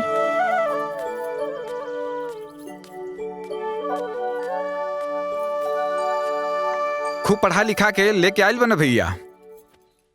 ऐसा चलना कि पूरा बंटवारा करे के सिस्टम ही खत्म कर दिया। मनोज, ई का नाम साला बोल रहल बड़ा। काहे ना बोली है जेठ जी, काहे ना बोली है ई? रउआ लोग अपना बेटी अंजलि के मोहरा बना के पूरा प्रॉपर्टी हथियावल चाहतनी। रउआ लोग के ई चाल हम कामयाब ना होके देब। ई प्रॉपर्टी में हमनी के भी हिस्सा बा, आई हिस्सा हम लेके रहब। अरे हमनी के पहले ही परेशान बानी जा अंजलि के फैसला के लेके। और एगो तू बाड़ू जौन तारे मुंह में आवत आलतू फालतू बात करत अड़ू। अरे कुल का होता भाई? रउआ बीच में मत बोली ससुर जी। मनोज चुप करा ले इन करा के। जीवन हो रहा बा उ निमन हो रहा बा। अरे चाचा पापा एक मिनट, हम ये कहत रहनी हाँ, रउआ लोगन के अगर भजन कीर्तन खत्म हो गइल बा तो चल के खाना खा ली। और वैसे भी रउआ लोगन ना यहाँ मेहमान बानी, तो जब तक मन करे आराम से रही, और जब मन भर जाए ना तो वापस अपन अपन काम पर लौट जाए। और हाँ, रउआ लोग ई मत सोचेम कि घर में दामाद आ गइल बा तो एक कुल संपत्ति, जमीन जायदाद, कोठी सबके हाथ से निकल जाए। जब तक दादाजी बानी तब तक की कुल संपत्ति सिर्फ और सिर्फ दादाजी के ही रही।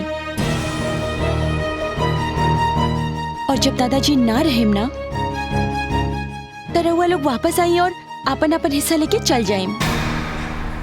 अंजलि, हाँ का हो गइल बता के? काहे इतरे बात करतड़ू तू? प्यार हो गइल बा माँ। हाँ प्यार हो गइल बा अपन परंपरा, संस्कृति और संस्कार से, जे रउआ हमरा के कभी न सिखा पाऊनी। लेकिन पता बा माँ, अब ना हमरा के अपन परिवार के महत्व समझ में आ गइल बा। एक बात बताई, जैसे रउआ लोगन दादाजी के बुढ़ापा में ऐसे ही छोड़ के चल गई नी, वैसे अगर हम रउआ लोगन के बुढ़ापा में छोड़ के चल जाई तो रउआ लोगन पे का बीती। दादाजी रउआ हाथ मुंह धो के खाना खा ले, और रउआ लोग भी चले। चले सब केहू खाना खा ले हो। दाल चावल रोटी सब तैयार हो गइल बा। अंजलि रउआ चले, हम रोटी बेलम रउआ सेक दी। अरे वाह पतिदेव जी। जी पत्नी जी। राज बेटा, तू अपना बाबूजी के इतना बड़ा कारोबार छोड़ के एजा गांव में रह पाईबा? वो का है ना ससुर जी, इतना बड़ कोठी, इतना लंबा चौड़ा खेत बारी, ऊपर से आसमान जैसन छाता नियन दादाजी और अंजलि के साथ जब ये सब कुछ हमारा पास बा तो और का चाहिए। खैर ये सब चीज आप लोगों के समझ में ना आई। चला अंजलि, खाना बना लिया। ठीक बा। आई लोग खाना खा ली। ठीक है। चली। हाँ चला। वाह, जे पराया रहे वो आपन हो गई, जे आपन रहे वो पराया हो गई।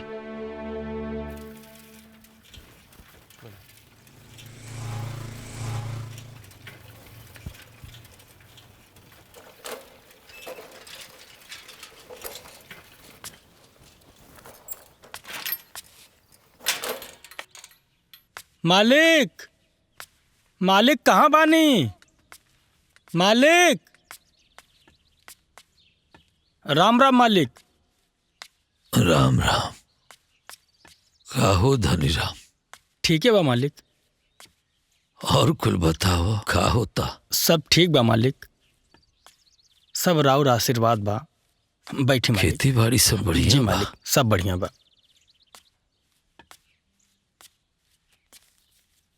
हाँ। मालिक, ये साल के गल्ला का ई स्लिप सगरो पैसा राउर खाता में जमा कर देले बानी। बढ़िया खिला। अकेले नहीं मालिक। 8 लाख रुपया? तनी हमू देखी। हाँ, इतना पैसा खेती बाड़ी से आवेला? धनी राम, इस ससुर जी के खाता में कुल कितना पैसा होई? अरे कम से कम 40 से 50 लाख तो हुक्म करी। हाँ। बाबूजी, सगरो पैसा निकल वाली, काहे कि हमनी के बहुत जरूरत बा। दादाजी के पैसा पे सिर्फ और सिर्फ दादाजी के अधिकार बा। उ जेकरा के चाहिए ओकरे के दिए। यानी कि तू हड़पल चाहत और दादाजी के कुल पैसा? हाँ मॉडर्न चाची जी। भैया, राउल चाल सब समझ में आ रहा बा हमके। आप लोग दामाद उतार के घर जमाई बना के पूरा प्रॉपर्टी के हड़पल चाहत हड़लो। ए मनु, देखा अंजलि के करतूत से हम खुद परेशान बनी, और तू का कह रहल बड़ा? हाँ, तोहरा के हमरा ऊपर विश्वास नहीं के इल्जाम लगा बता रहा हमरा ऊपर। धन दौलत के आगे भाई भाई के दुश्मन हो जाला। सही कहानी रहुआ लोग, बिल्कुल सही कहानी, लेकिन एक आखिरी फैसला दादाजी ही करें। धनी राम मालिक, राजबाबू के तनी खेत देखा था। आई पहुना, चल के खेती बाड़ी देख ली।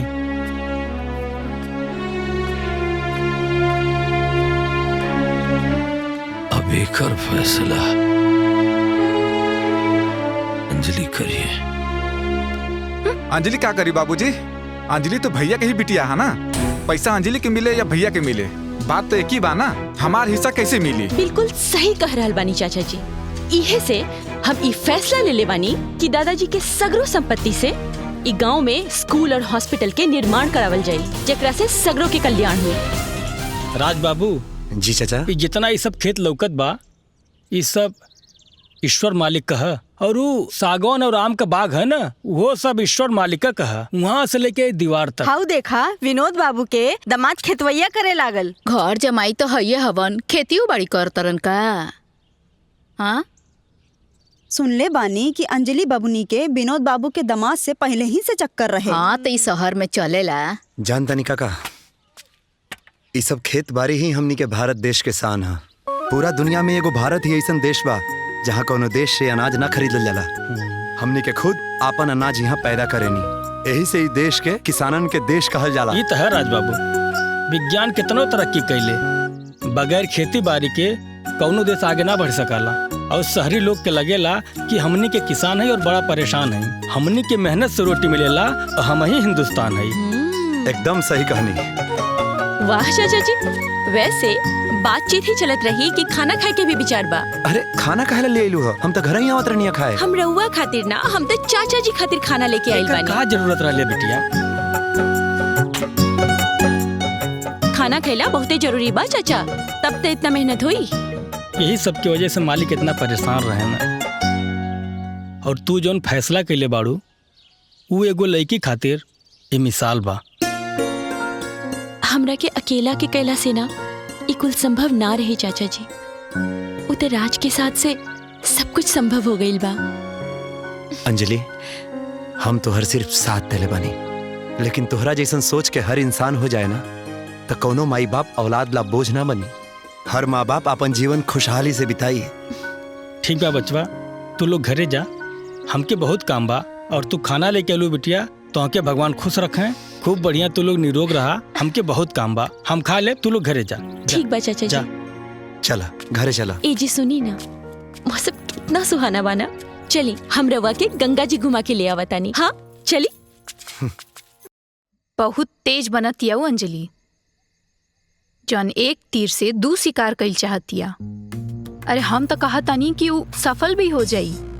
अरुआ ना बैठ के अपन भैया के मुंह देखत रहब। हम कहतानी कि उहे दोनों जना के चाल ह। बस ये अंजलि के ना खाली अपन मोहरा बनीले बा लोग। रउआ ना कुछ करी अपन प्रॉपर्टी में हिस्सा खाती, ना तो जब बैठ के नौकरी भी जाई, अब प्रॉपर्टी में अपन हिस्सा भी। कह तो रहल बानी, का लड़ाई करी? लड़ाई? अरे रउआ सोशल मीडिया न्यूज़पेपर ना देखे नी का? लोग प्रॉपर्टी खातिर बड़ा बड़ा मर्डर कर देवेला। रउआ से तो खाली लड़ाई के बात करतनी, हम तो कहतनी कि बुढ़वा के लकवा मार देव बस। ये कुल का कह रहल बड़ू तू? ये सुन ली तो सुन ली, हम डराई लगा केहू से। चाचा जी, चाची जी आ जाई ना, खाना लाग गइल बा। सुन ला। चली। हाँ खाई ना। आई बैठी।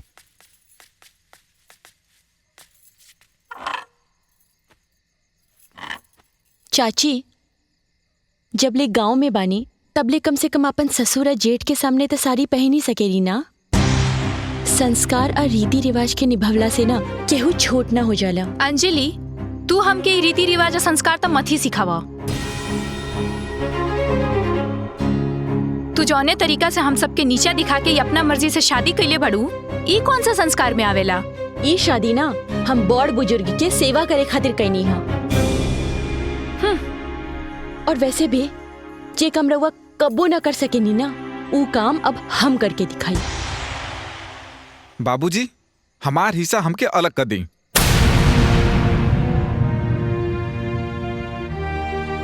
फिर चाहे जैसे चाहे वैसे करी। कैसा हिस्सा? तू लो अपना हिस्सा के अधिकार खो चुकल बड़ा।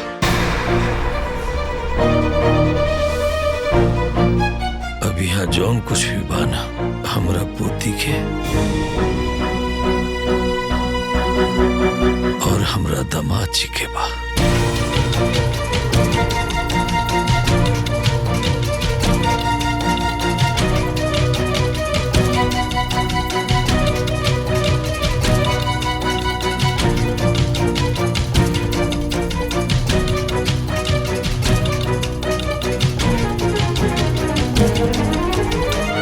ए जी, आज का जानी काहे सवेरे से बबुआ के बड़ा याद आवता। तनी फोनवा लाई ना, तनी फोन में राली बतिया ली। लगावा। हम हूँ यह सोचत रहनी है।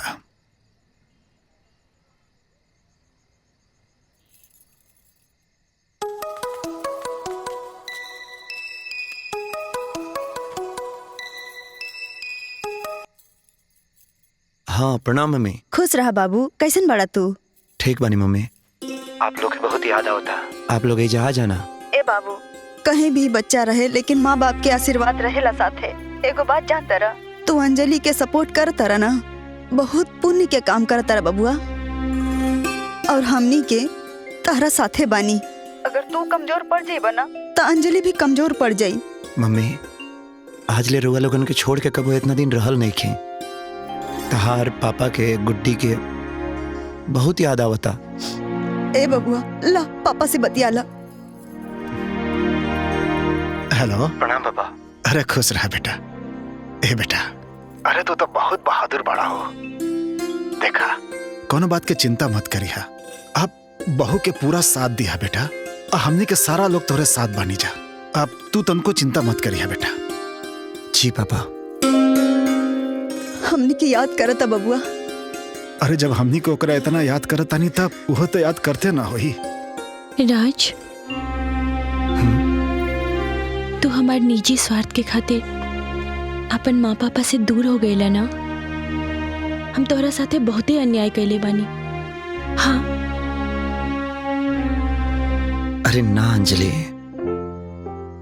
अपना के छोड़े के दर्द का होला ये आज हमके पता चलल। दादाजी इतना साल अकेले कैसे रहल होखे हम ना, इस सोच के ही अंदर से बहुत घबराहट फील होता। लेकिन अंजलि, सच में तू अपना ये मिशन में जोड़ के बड़ा एहसान कैलू। Thank you. हमरो जिंदगी तोहरा कुछ कामे आई। हम तोहरा साथे बानी और हमेशा तोहरा साथे रहम। थैंक यू राज। का मनोज, तोरा के हिस्सा चाहिए। एगो बात बतावा, बाबूजी तोरा के पढ़ा लिखा के इतना होनहार बनवलन ई दिन देखे खातिर। हाँ? अरे आजले बाबूजी खातिर तू का कइले बड़ा? अच्छा, हम का कइले बानी? अच्छा ये बतावा, ये घर के तू बड़ बड़ा ना? हाँ। तो तू का कइले बड़े आजले बाबूजी खातिर? हाँ। और बस, और हमरा के कुछ न चाहिए। हमरा के हमारा आधा हिस्सा हमके दे दो। अरे तोहार हिस्सा लेके केहू भाग जाई का? हमरा के तोहरा पे कोनो भरोसा नहीं के। हमरा पे भरोसा नहीं के? ना, तोहरा पे कोनो भरोसा नहीं। जेठ जी, रहुआ अपना बेटी के आगे करके जन खेल खेलता नहीं, रहुआ का लगता? हमनी के समझ में नहीं क्या आवत, सब समझ में आवता। बुर्बक नहीं कीजा हमनी के। ए तू हमसे बात मत करो ऊंची आवाज में। ए छोटकी, हटप जी। अरे ते हमरे बेटी के बारे में बोलबे? हाँ? एक बार भी हमरे बेटी के नाम ले लेना, अब तोर जुबान धके खींच ले। होई देखी, आ गइल नो इनकर सच्चाई बाहर। अरे हमरा तो पहले ही से मालूम रहे कि तारा मन में यही चलता। पूजा चला इधर आवा। इतना बोलत रे, अपने मर्द के आगे गोदल बड़े। मर देखो बार बोलता। जवाब नहीं के हमरे मर्द। अरे चुप पापा, चाचा चाची, चल इधर आओ। रउआ लोग ये का कर रहल बानी? प्रॉपर्टी के खातिर इतना तमाशा? रउआ लोगन एक बार भी ना सोची ना कि ये सब तमाशा देख के दादाजी पे का गुजरत हुई? अरे हमरा के ना चाहे प्रॉपर्टी में हिस्सा, और ना कबो चाहत रहे। रउआ लोग अपन अपन हिस्सा के बराबरी में बांट ली। आई झगड़ा खत्म करी। और एक बात और, कल आप सबके इस समस्या के समाधान जरूर हो जाए। आप लोग जाइए, आराम करें।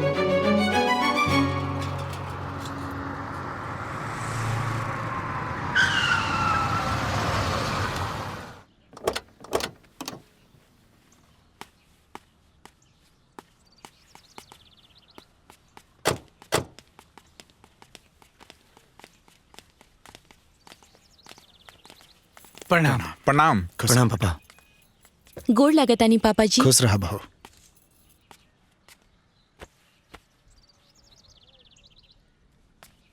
विनोद भाई साहब और मनोज भाई साहब, आज हम एहिजा एगो रिश्तेदार बन के ना, एगो व्यापारी बन के आयल बानी। यही से अपना साथे हम अपन वकील के भी लायल बानी, जे कागज पत्तर दुरुस्त कर दी। साथ में अपना मैनेजर के भी लायल बानी, जे पेमेंट वगैरह तुरंत कर दी। ते बताई रहो वालो, का कीमत अगले बानी अपन प्रॉपर्टी के? बाबूजी के सब पता होई कि कितना प्रॉपर्टी कहाँ बा? हाँ, ई सब खेत बाड़ी आ ई जौन कारोबार बा, ई सब के बारे में तो बाबूजी के ही पता बा। हमरा कुछ मालूम नहीं के। चलिए ठीक बा, मैनेजर साहब हमारी सारा प्रॉपर्टी के कीमत निकल ले बाड़न। मैनेजर साहब बताई तो। ठीक सर। सर, सगरो प्रॉपर्टी मिला के कुल 5 करोड़ के संपत्ति बा। देखी, बाप के जिंदा रहते अगर कोनो प्रॉपर्टी के बंटवारा होखेला आ कोई ओकरा साथे ना रहे तो एक हिस्सा ओकर बाप के भी होखेला। ए हिसाब से ए प्रॉपर्टी के 3 हिस्सा होखे के चाहिए।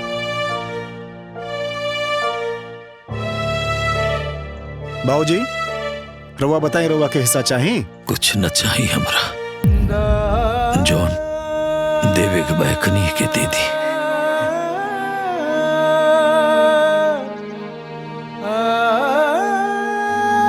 चलिए ठीक बा।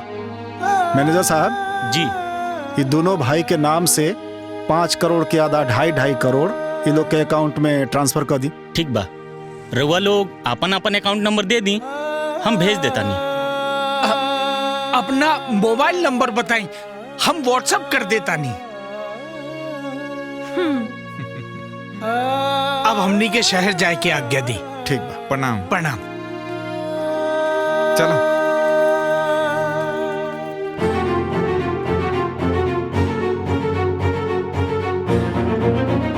पापा जी रहुआ बैठी, हम खाना लगवा बतानी। रहुआ बैठी जी।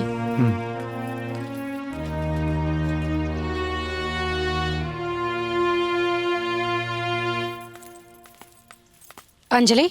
हाँ बेटा जल्दी से तैयार हो जा, चलो अपने घरे पटना चले के बा। रउआ लोगन के शायद हमार शर्त याद नहीं खे, और उस शर्त के अनुसार हम आप यही घर में रहब, काहे कि अब से ये हमार नैहर बा और ससुराल भी, और हम यही रह के नैहर और ससुराल दोनों के फर्ज निभाइब, और साथ ही साथ दादाजी के सेवा भी करब। मतलब तब तो राज भी रही है। हाँ चली। चला।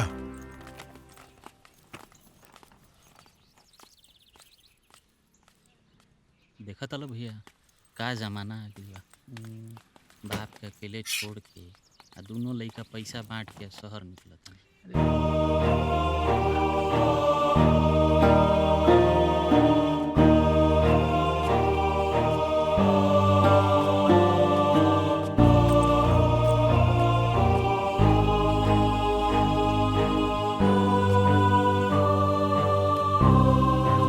चला।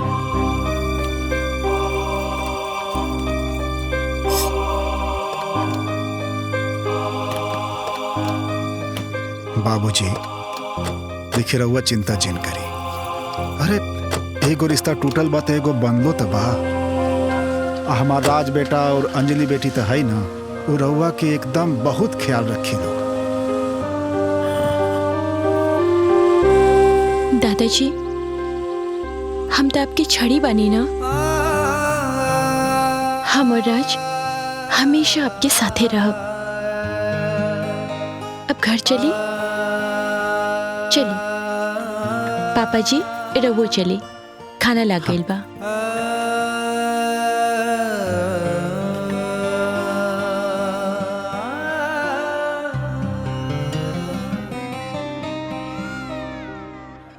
कलयुग ना। अरे घोर कलयुग आ गइल बा। देखो इनकर लइका सारा प्रॉपर्टी संपत्ति बांट के और शहर में चल गई, और इनकरा के यहाँ अकेले छोड़ देले। हाँ धन्य बिया उ बिटिया। बिटिया इनके खातिर जान देती है। हाँ? ऐसन बेटी ऐसन दमाद। हाँ सबके सौभाग्य से मिलेला। और सुनी, और दमाद इतना सम्मान इतना प्यार करेला ईश्वर बाबू के, जेके कहल ना जा सकेला। हम तो महादेव से प्रार्थना करीला कि ऐसन बिटिया हाँ वो लोग जिंदगी में एकदम सुखी रहे, हमेशा सुखी रहे। और तो और अपन पैसा देके दादाजी के पूरा संपत्ति खरीद लेहलस, दूसरा से बीके से बचा लेहलस।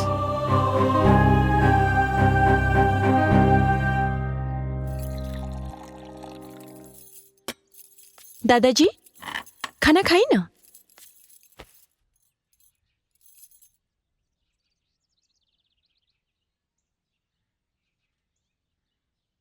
इच्छा नहीं खे बेटा। प्लीज दादाजी एक रोटी तो खा ली।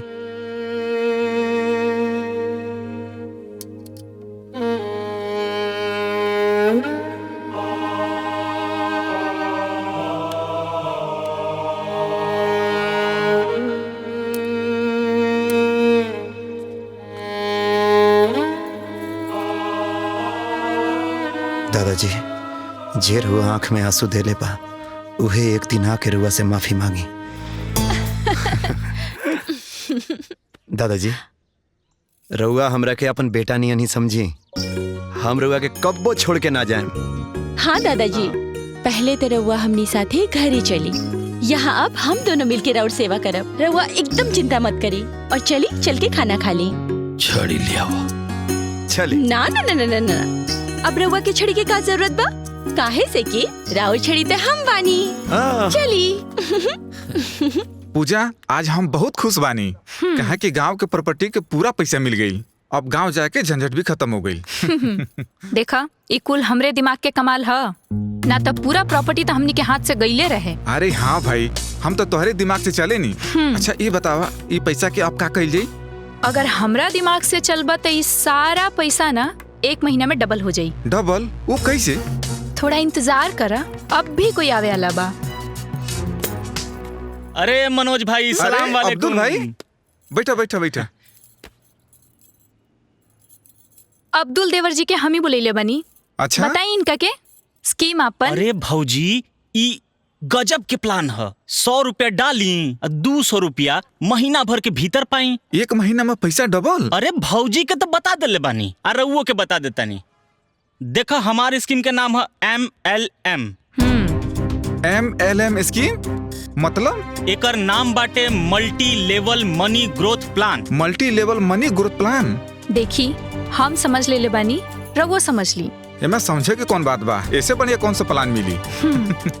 हम तो कहा तनी देखी 2.5 करोड़ लगाई आ 1 महीना के अंदर 5 करोड़ पाई। हाँ, हम तो कहा तनी कि भैया के भी बता दिया जा, वो फंड लगा दिया।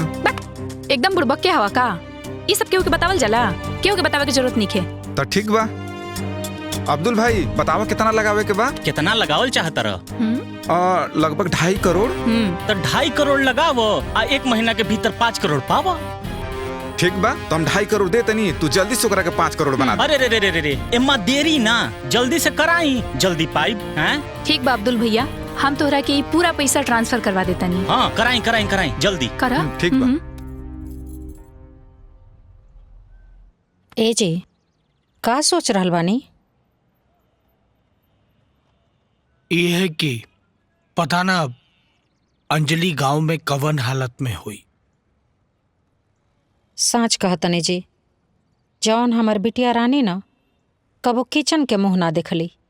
वो एजा गाँव में सुबह शाम खाना बनावतिया, कपड़ा लत्ता धोवतिया, झाड़ू पोछा करतिया, पता नहीं कैसे करती हुई।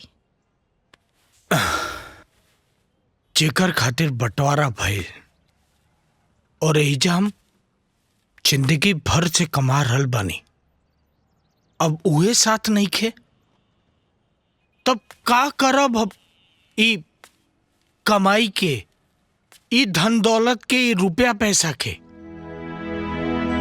रौरे चिंता जन करी, जान तनी हमरा का लागता। हमरा ई लागता न कहीं ससुर जी ओकरा के जादू टोना कुछ करा के ओकर बुधिया हर त नहीं ले बानी। पता ना भगवान हमके कवन पाप के सजा दे रहल बाड़े। तूहू प्रसाद लेला और उन्हों के दे दा। ठीक बा। और सुना, काल हम कुंडली और दिन तारीख देख के तू लोगन के सब बता दे। ठीक बा। हाँ? कि कब तिलक के डेट रही और कब शादी के। ठीक बा ना? हाँ, काल बता दे तोहरा लोग के। ठीक बा। हाँ? एकदम चिंता मत करो। दादाजी रुआ के कहाँ कहाँ हम ना खोजनी, चली घरे, बहुत रात हो गई बा। जाइले तो तनी मन के शांति मिल जाला। वो ठीक बा दादाजी, लेकिन अंजलि घरे परेशान होता रही, चली। अच्छा चलता। हाँ हाँ जाई रहुआ। कितना मान सम्मान करेनी ईश्वर बाबू के दामाद। दामाद कितनो प्यार दुलार कर ले, बेटा ना हो सकेला, आपन अपने होखेला। सुना, एक बात तू लोग अपने दिमाग से निकाल दो कि आपन अपने होला, लेकिन राज बेटवा तो अपना बेटा से भी ज्यादा देखभाल करेला। ऊ ईश्वर बाबू खातिर जिंदगी दे रहल बा। और धन बाऊ अंजलि बिटिया जे अपन घर के बसावे खातिर दिन रात मेहनत करतारी। तहनी के का समझाई, वो दोनों लोग ईश्वर बाबू खातिर का करत बा। चल बेटा। अंजलि, ए अंजलि, अंजलि। हाँ दादाजी, दादाजी रवा कहाँ चल गई रहनी है? यही जा मंदिर पर रहनी है। दादाजी अब रवा के ना चिंता करे के कौनो जरूरत नहीं खे, अब मंदिर में जाके बैठे के का जरूरत रहे?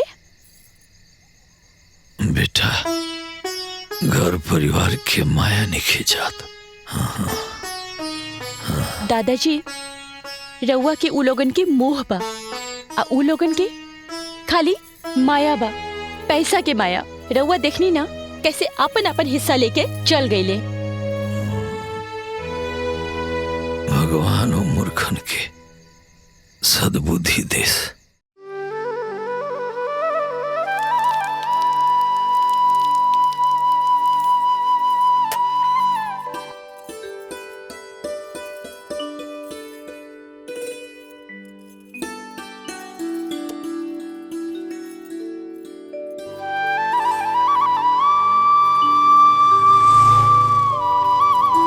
दादाजी,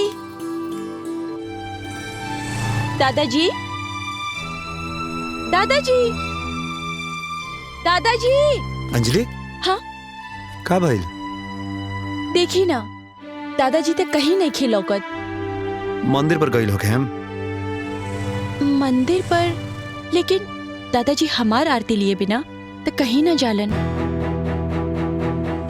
तब कहाँ गइल होके हम? हमरा के नहीं पता। चली। दादाजी की का भइल? दादाजी? दादाजी? अरे दादाजी के तो बहुत तेज बुखार बा। का? मनोज, विनोद, मनोज, हे विनोद,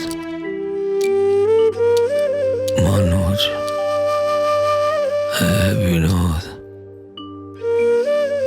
कहाँ बड़े बाबू? विनोद,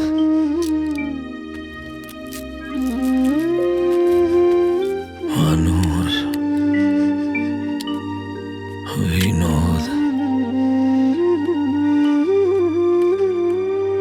सुनो, दादाजी को टाइम से दवा दे देना। जी सर।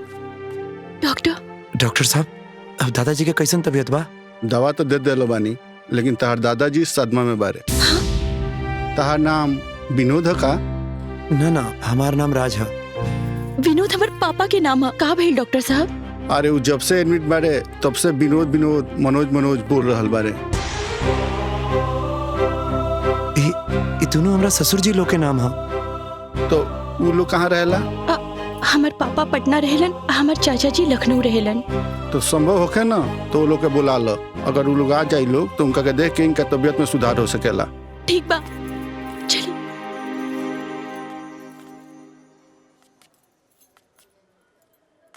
मनोज, दादाजी, विनोद, मनोज। अंजलि, तू पापा के फोन करना एक बार। हाँ ठीक बा।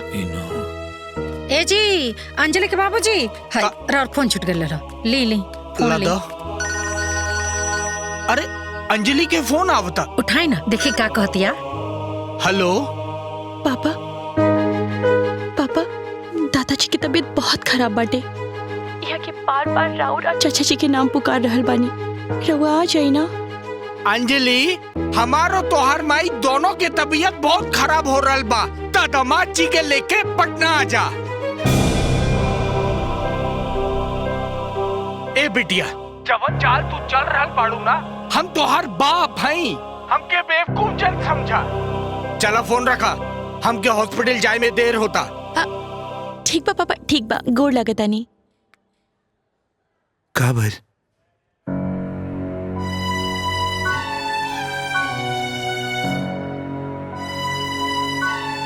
चाचा जी के फोन लगावा। हाँ।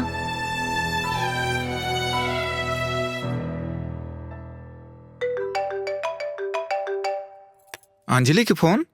अंजलि के? उठावा, स्पीकर पे कर दी, स्पीकर पे। चाचा जी, गोड़ लागता नहीं। हम अंजलि बोल रहल बानी। हाँ बोला, तोहार नंबर फिट बा। कैसे याद कैलू आज हमरा के? चाचा जी, अब दादाजी की तबीयत बहुत खराब बा। तो हम का करी? वो बार राउर और पापा के नाम ले रहल बानी। रवा गांव आ जाई ना चाची जी के साथे। अब हमरा के का याद कर रहल बाड़न? अरे सगरो रिश्तेदार तो तू तोहार राजपति भइल बाड़न। तो देखा तू लोग और सुना और ये कुल बकवास करे खातिर ना हमके दोबारा फोन मत करिया। चाहे केहू जी चाहे केहू मरी, हमरा के कोनो केहू से मतलब नहीं खे। जी चाचा जी गोड़ लागता नहीं।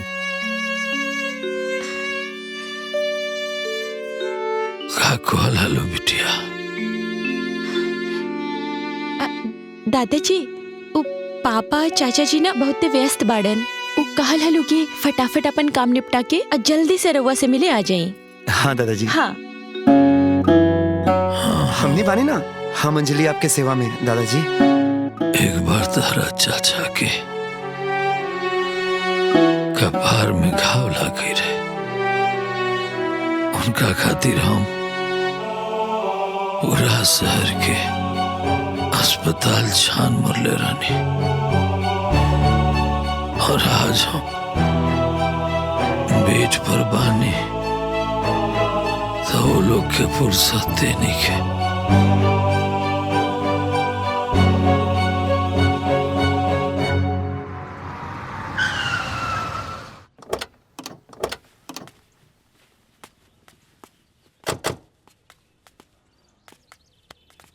अरे के हुआ तुम और हेजा कैसे चली आइलो? अरे मरीज के इलाज हॉस्पिटल में होला, हेजा ना ये घर हो। चलो जा जा यहाँ से। हम लोग सरकारी स्वास्थ्य मंत्रालय से आए हैं। डॉक्टर विनोद शर्मा का घर यही है? हाँ। जरा बुलाइए उन्हें, कुछ बात करना है। ए जी अंजलि के पापा, अरे तनी बाहर आई। का भइल? क्या आप ही हैं डॉक्टर विनोद शर्मा? जी। क्या आपने किसी जय कुमार का ऑपरेशन किया था? जी। आपको पता है ऑपरेशन के बाद उसकी मौत हो गई? देखिए जी, काहे ना कि हम डॉक्टर हैं, ऑपरेशन कईल हमार काम है। उनकर मौत हो गई तो एमे हम का करें? क्या तुमको पता था वो डायबिटीज का पेशेंट था? हाँ। जब तुम्हें पता था कि जय कुमार को डायबिटीज है तो बिना रोकथाम किए तुमने कैसे उसका ऑपरेशन कर दिया? मुझे सब पता है। तुम डॉक्टर लोग ना कुछ पैसे के खातिर मरीज के जीवन के साथ खिलवाड़ करते हो, जिसके चलते उसकी मौत हो गई। मिस्टर विनोद, इस जघन्य अपराध के लिए तुम बच नहीं सकते हो। इस लापरवाही के कारण तुमको अरेस्ट करने आए। देखिए, हमसे गलती तो हो गई, पर अभी गलती दोबारा ना हुई। हाँ। वो किसी का बाप था तो किसी के माथे का सिंदूर था। ऐसा कोई तुम्हारे बाप के साथ करता तो तुम क्या करते? देखिए सर, हमके बचा ली, हम फिर कहता नहीं कि ऐसा गलती दोबारा ना हुई। अब जो गलती हो गई है उसकी सजा तो भुगतनी ही पड़ेगी ना तुम्हें। अरे सर, कोनो दूसरा रास्ता तो हो ही।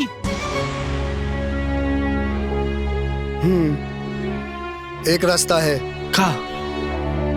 जय कुमार तो मर गया, लेकिन वो अपने पीछे लाचार पत्नी और अपने बच्चे को छोड़ गया है। तुम उसे वापस तो नहीं ला सकते हो, लेकिन कुछ आर्थिक सहायता करके इस घोर पाप से बच सकते हो। तो बोली ना हम क्या करी सर? ये लो जय कुमार के परिवार का अकाउंट नंबर, इसमें 2.5 करोड़ रुपया ट्रांसफर करके जेल जाने और बदनाम होने से बच जाओगे तुम। मैं सरकार से गुजारिश करूंगा कि तुम जेल ना जा सको। ठीक सर। ठीक है, चलते हैं।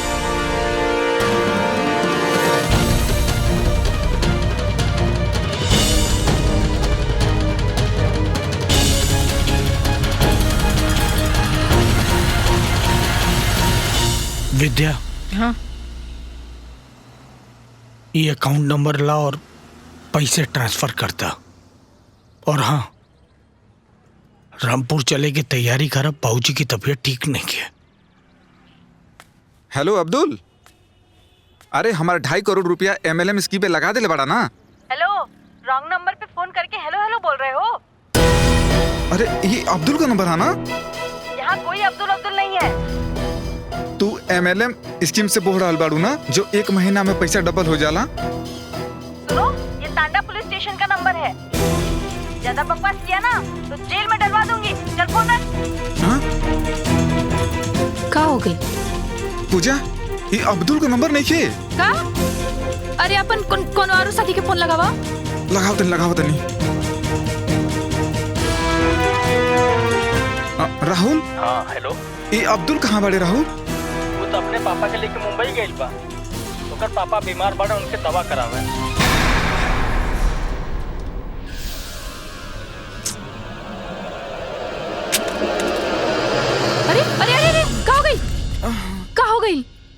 पूजा ई अब्दुल अपना बाप के बचावे खातिर हमारा संगे कितना बड़ा फ्रॉड कैलस और हम अपना बाप खातिर का गई नी। पूजा रामपुर चले के तैयारी करब। पूजा दादाजी उठी कुछ खा ली।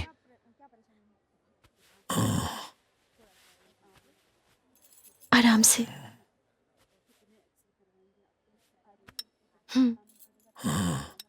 आप तबीयत कैसन लग रहा बा दादाजी? सेब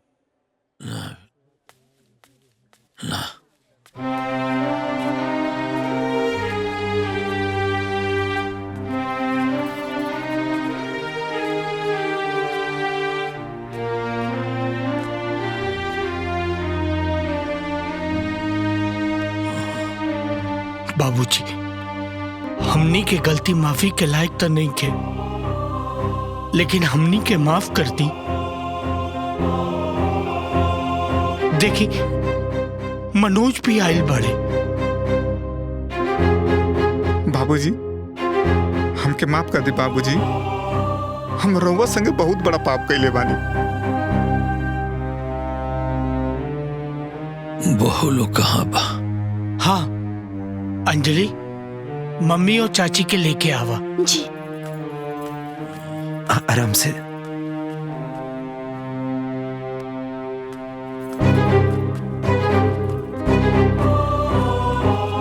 बाबूजी, बाबूजी, हमने से बहुत बड़हन गलती हो गई बा, हमने के माफ कर दी, माफ कर दी बाबूजी। बाबूजी अब बस रउआ जल्दी से ठीक हो जाई। हमनी के वादा करत तनी जा कि आज के बाद हमनी के रउआ के कब्बो अकेले ना छोड़ब जा।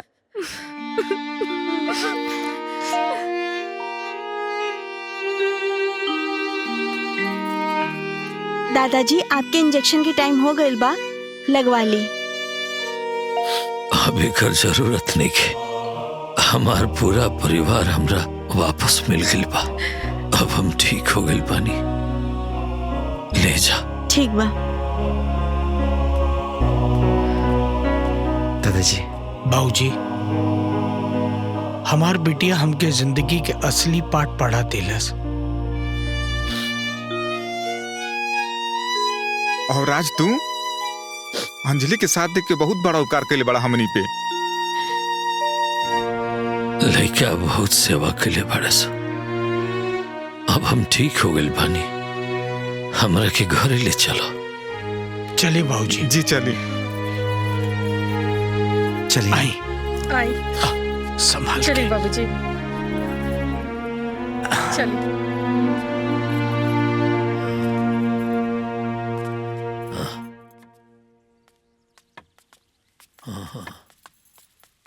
आराम से दादाजी।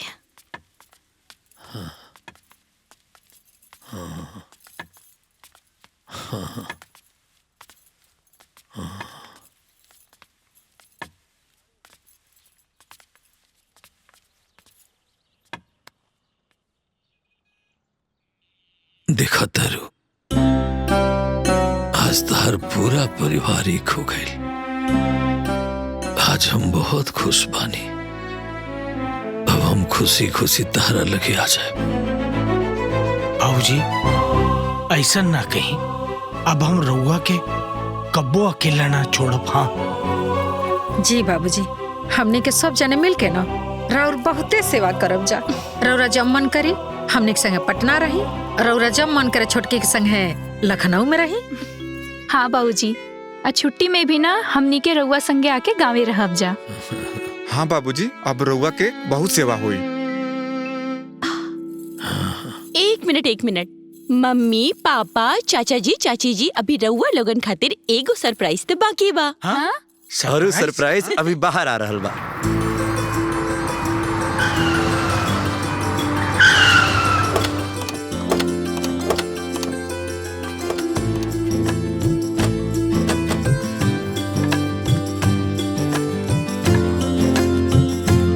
बाबूजी प्रणाम।